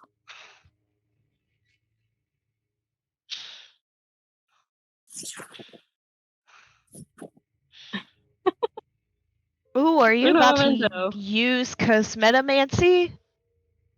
Yeah, I think I'm gonna have to. Ooh, delicious! Ah! Okay.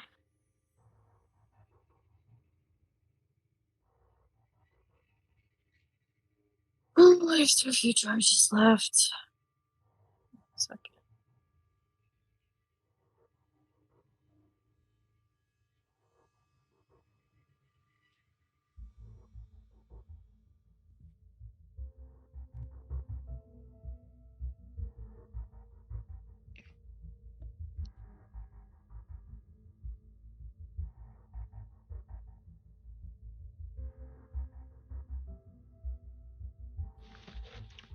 All right, what are you doing? What's Okay. the crazy thing you're doing? I'm casting Climactic Payoff on myself. The Call of the Hero. What it's going to do is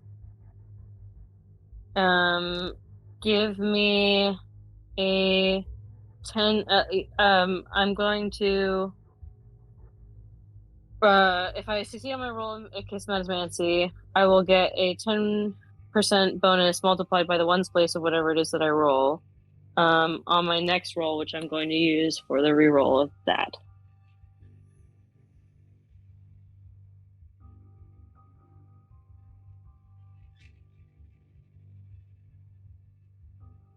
So I need a D100 to not fuck it up again.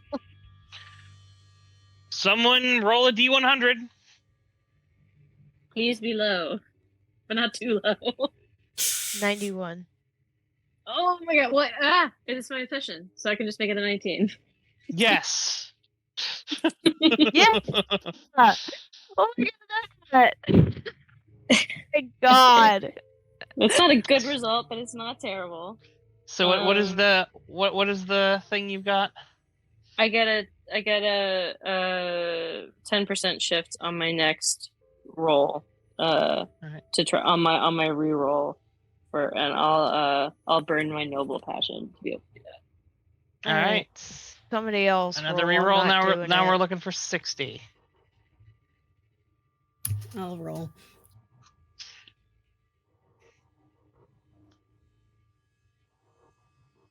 $34. Nice. Oh, so close. Close. 33. Oh, I see. So,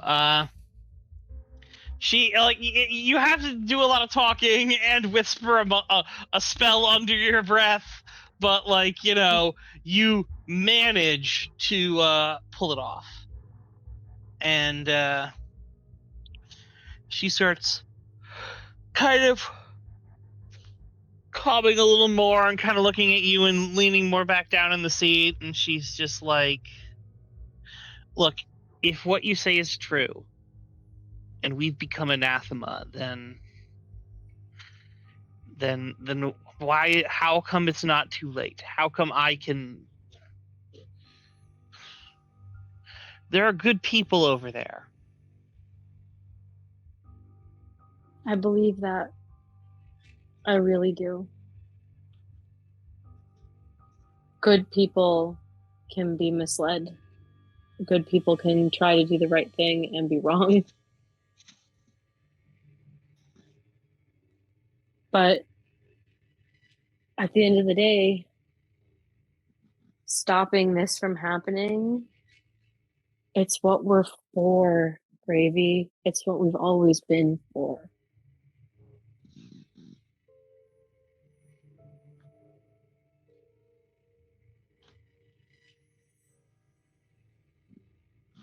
We don't want you to be hurt. We don't want to get hurt, and we don't want to hurt anyone.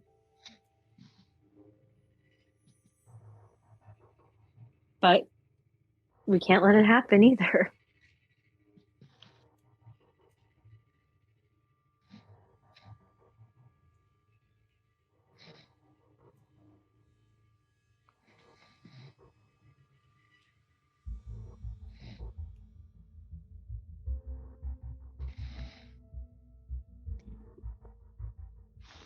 All right.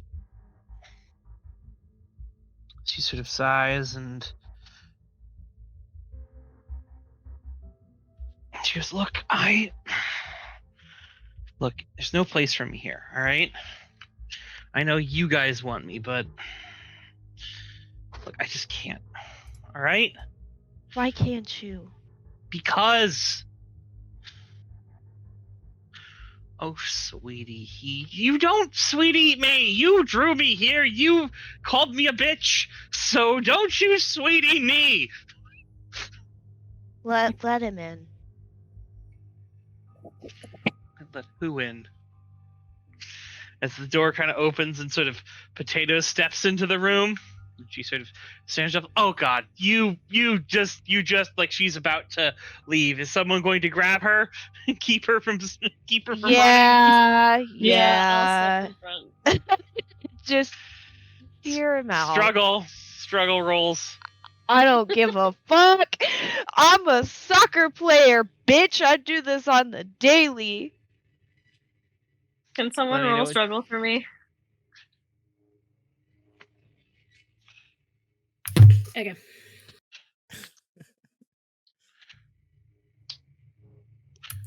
Hold 83. on, I'm rolling too. That's a success. Okay. Oh, Oh my god. wait. What did she Uh, just get? I got it. I got an 83 against 100. Caitlin, what did you just get? Your I struggle is got a 100. No, it's 99. 96. 90, excuse me. 96. All right, so you've fumbled, but she's got it. So, you know, she's kind of you are able to grab her. She's not putting up too much resistance yet, you know.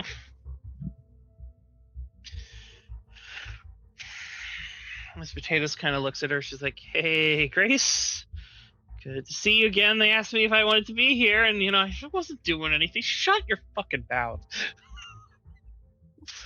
Oh my god. You're one of the main reasons I am here, you know. If you weren't so stupid, like, look, hey, I didn't. What are you two doing? As the two of them are kind of starting to argue. Potatoes, just tell her the truth, man. Come on. Tell her what you've Isobel. been wanting to tell her this whole time. What are you saying? Or are you just going to let him? Yeah. She's going to kind of quietly say to Gravy, like almost in a half whisper, like, you know, he can't change what happened, but he could try to make it right if you let him. Give me another connect roll.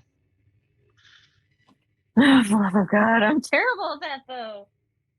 Okay, can somebody roll again? That, Let me roll it. I roll. Oh, okay. That's a 90. oh god Yeah, damn that's it! Fucking hell. The universe said no. I'm Steph. fucking mad. You can roll next. I don't know if I can do anything about that. Oh my god. I have a flip-flop spell. I can't remember how much it is or what the context for it requires. Give me a second. God, the universe is just like, make Isobel fail. All of it. Yeah, I have enough to cast Elbow Jostle, which would allow me to flip-flop that. If I can succeed at my stupid roll in the first place. Okay, can somebody roll another D100 for me, please? Alright, Sam, your turn, friend. Please roll low. Please. 33. Hey! Super success. Success. Yeah.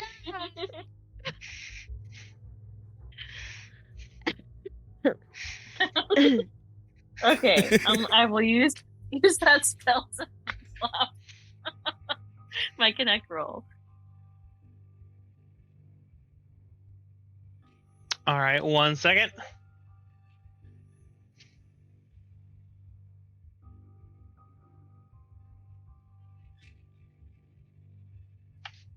And then I am so very nearly out of charge. It's kind of scary.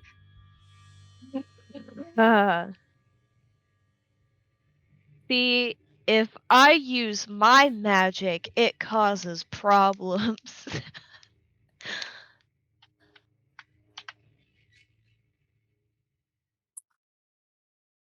Well, there might be one very underhanded way for you to use your magic to help the situation.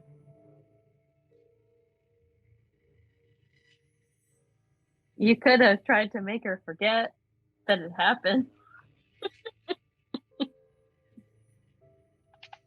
But that I would be think kind of a bad thing to do. I think that's too much of like a plot for her.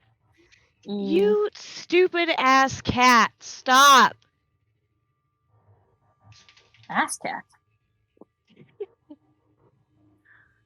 Correction. Stupid ass cat.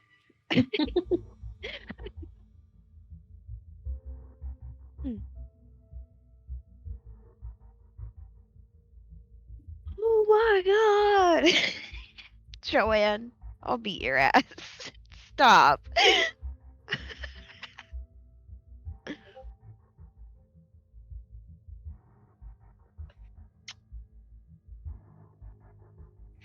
So, here is the options I'm going to give to you, Sarah, right now, because you rolled a matched success on casting a spell.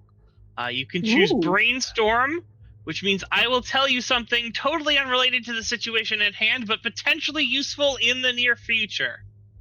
Okay. Gotcha! Plus 10 shift on your next roll.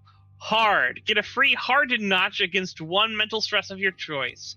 Hunch. Get a free hunch roll. Roll 2 dice now and use for the next time you roll. Mojo. Get a plus 10 shift on your next magic roll. Potent. Get a free minor charge. Solid. One of your skills gains an experience check. Strong. Your next the next initiative number is equal to your speed stat. So it just never mind about that one. And tricky, you may flip flop your next roll if you could anyway, or choose not to. This is wasted. Gotcha. I think I'll go ahead and give myself experience for Metamancy. Yes. All right. Sure. You get a experience check in Metamancy for this. As the spell works, and you can now flip flop that roll. So Actually, if it's okay to reverse that decision, I think I might just take the minor because charges are really hard for me to come by right now. sure, you may get a free minor charge for Okey-doke. this. All right. So as you sort of are able to do this, and she should have. No, that's what she says. She's like, well, Peter, do you have anything to say? He's like, Grace, I'm sorry. Okay, I messed up. I deleted it. I messed up. I didn't intend to do it, but I did, and I'm sorry. I didn't want you to go. I've missed you.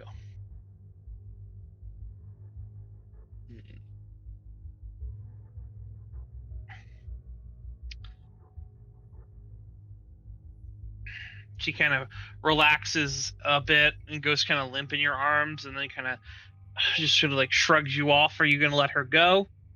Yeah. All right.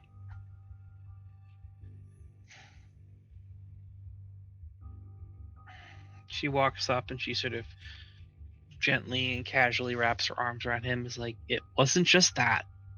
It was your mom and a whole bunch of other stuff.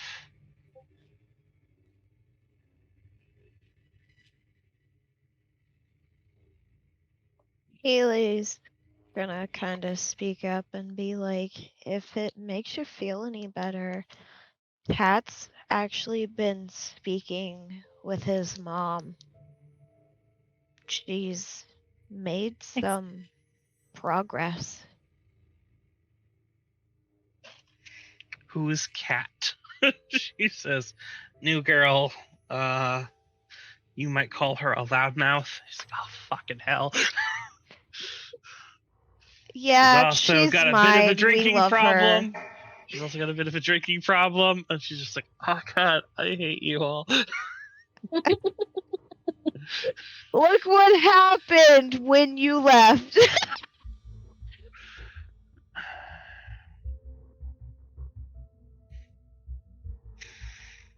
He kind of goes like, look, I know you needed a break. I didn't expect you to get tied in with Regina. I can understand why she scooped you up. You are very talented, and we need you. There's going to be a conflict. Regina has made sure of that, right? She and I are headed to something. I would much rather have you here on my team. We're here. We're your friends. I'm not saying you're not friends with the other people, and if you want to tell us and things like that,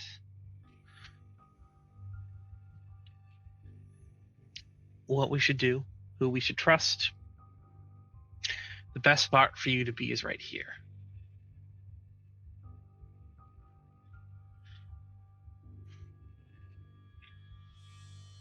Gravy kind of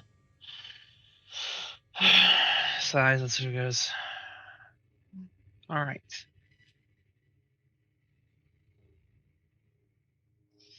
I'll give it a shot, but if this goes poorly, well, I still do think that it might be better if Erica is allowed to do what she needs to get done. What are you guys even planning on doing?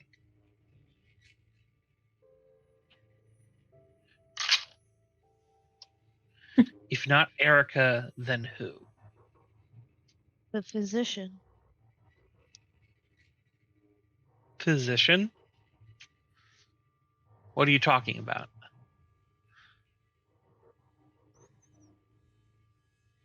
Well, Izzy kind of shifts and she says, well, if the stage is being set that someone has to ascend to something,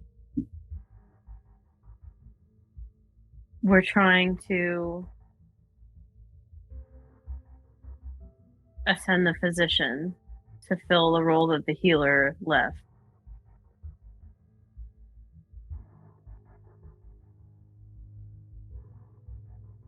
But the healer left it already? Well, then why isn't what? And it's just empty. It's different.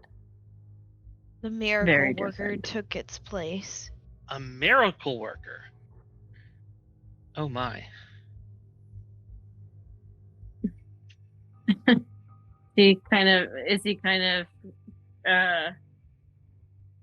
gives like a half smile and she says, what do you see when you look at me? I mean, really look at me. I see someone capable of great and terrible things. Someone potent, someone powerful.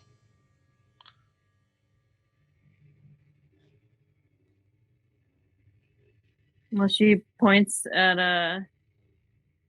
That was very uncomfortable for you to fucking hear. yeah, I know. She points at Haley and she says, but you knew that she was a solid citizen, right?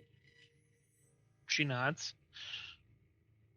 But when you look at me, you see someone capable of great and terrible things. I used to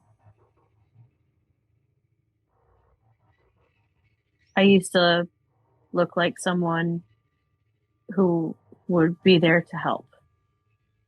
I used to look like someone who could be trusted, who could be impartial, and who could make things whole. I don't like being someone capable of great, terrible things.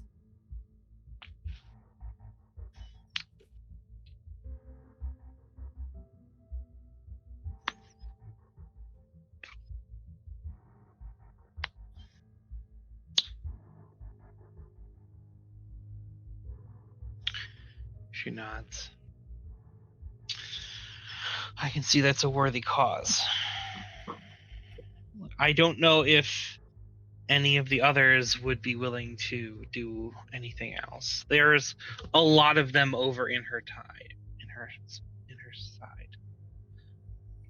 But I suppose if you need me over here, I can return home.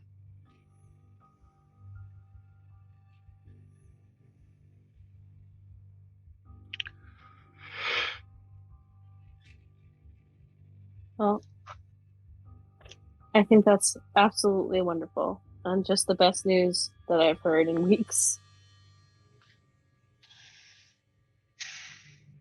She walks over, pulls Peter into a hug and sort of holds him. She's like, I missed you.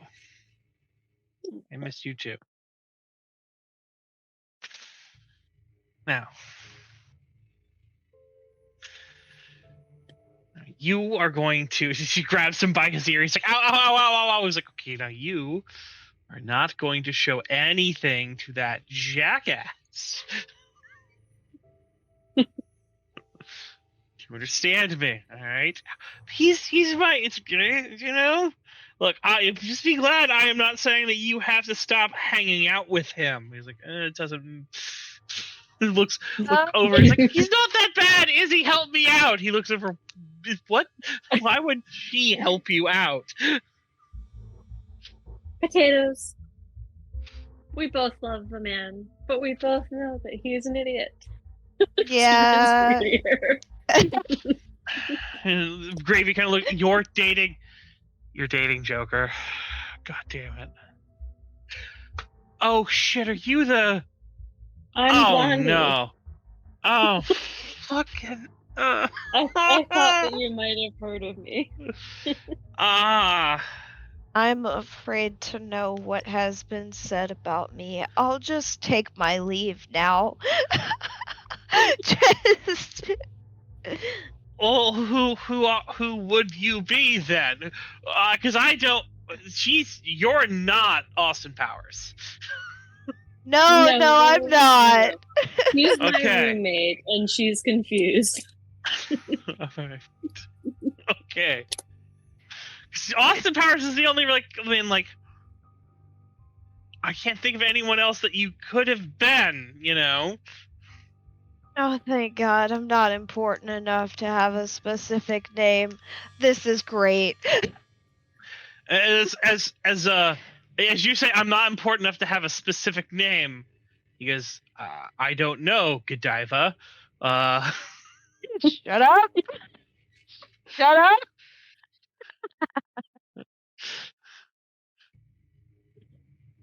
She looks like Godiva. You like chocolate? Yes. Yes, she does. Very much.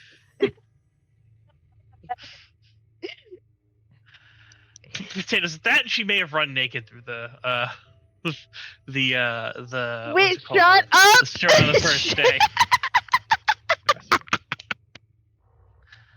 She looks at Potatoes and goes, so I see you haven't been, you know, without a lack of things like that. Uh-huh. How many times did he hit on you? Let's not talk about no. Like, she's dating Kat, it's fine. She's like a lesbian, right? Bye.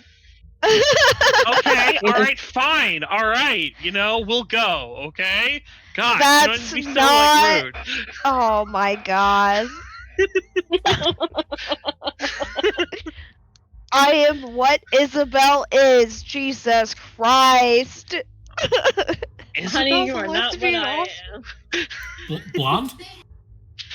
You're right. I don't have a lot of. Never mind. This is irrelevant.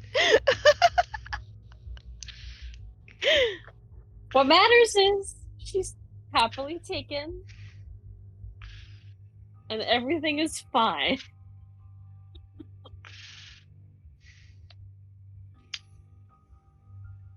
And it wouldn't have mattered anyway, because this one was sulking around after you the whole time. All right. Well, look. Let's get back. I have some stuff to do. Show me where you guys are staying.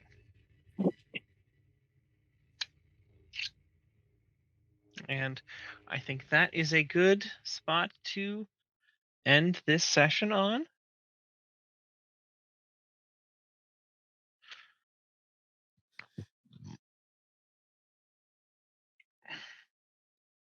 Everyone enjoyed the session? Yes. Yes. Yes. I'm glad. I'm also finding it really hilarious that I'm sitting here going over the timeline in my head, and Gravy has definitely known of me longer than Haley has known me. Yeah.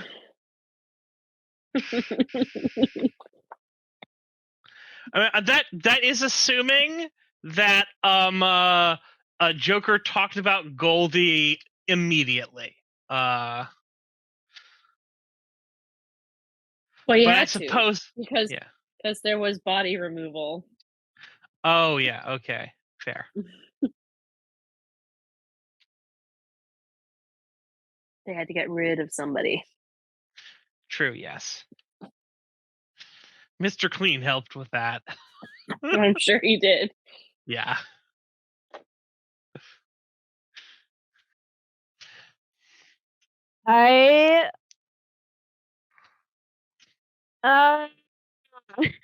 We did it. We achieved a thing. Go us. You did. You have achieved Gravy. Now I can fucking breathe. Only one of you. The other one of you cannot breathe very well right now. Yeah.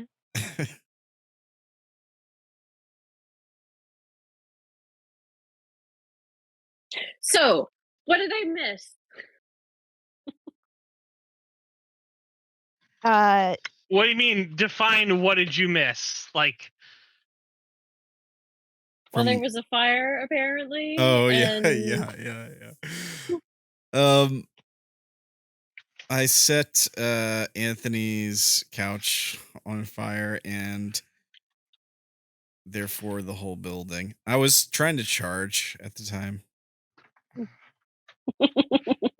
he match failed on a he match failed on a fitness roll because he was trying to charge rapidly,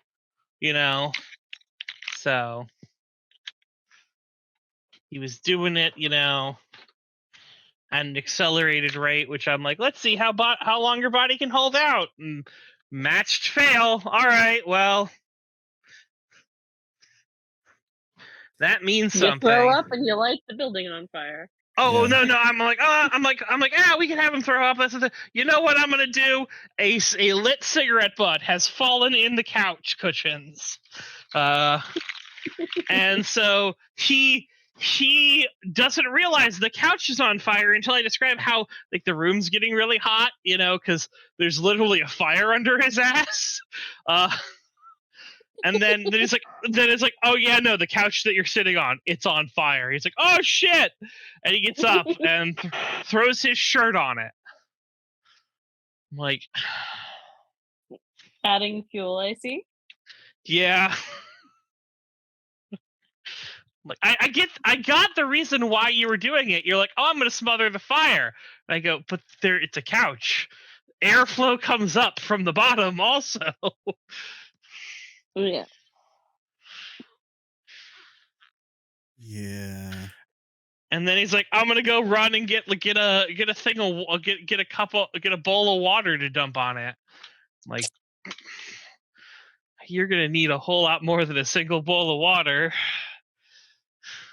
It might be better just to huck the whole couch off the balcony. Yeah. He Just he eventually found a fire extinguisher, and that worked, ish.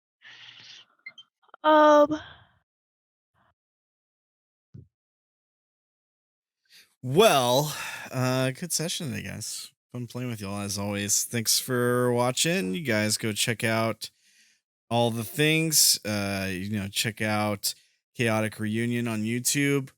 Who played Max and Anthony for you tonight.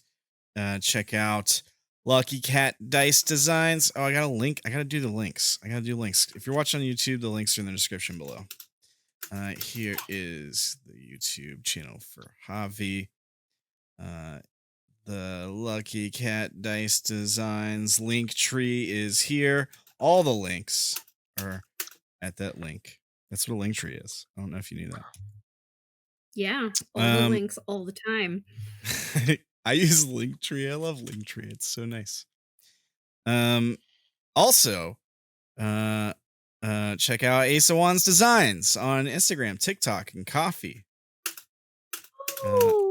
There's all that there. And of course, check out twitch.tv/AWiseManOnce. What shows you guys got? What shows you got? You guys got a show tomorrow, right? No show tomorrow. No show tomorrow? Yeah, that we are having a nice chill day tomorrow, and with board games and seeing friends. Oh, okay. And people, and then on Sunday, possibly starting a little early, we're gonna get at least a little game. I have a little thing that you guys can do. While Damien's That sounds away. exciting. Not Damien. While who's away? If you want Damien to be away, I'll sleep. That's fine. I'll just go die. You realize, so like one of our players is doing a really important thing in their lives. Our loveless Leolin is the real life player is proposing. Yes, but I figured for a few we'll do. I have a short thing to do. Don't worry. There's many more stuff that'll happen after it, but it's gonna be a little bit of a wrap up. We also have winter to contend with, Yes. so we can do that together too. Yeah. Damien and Damien. Remember, Damien, you were kidnapped. A Fae replaced you. They need to find you, Damien. All right. Oh, god damn it. Yeah. No. Damn you, aliens! Right on. Cool. Whoa. Haley getting 10% this week. Awesome. Yeah, look at that. Fucking one of my skills is up to 82 now. I have a 90 and an 82. Look at that.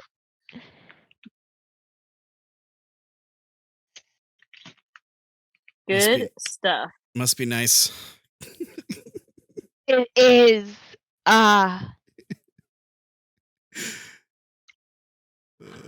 Alright, guys. Well, I guess see you guys next time.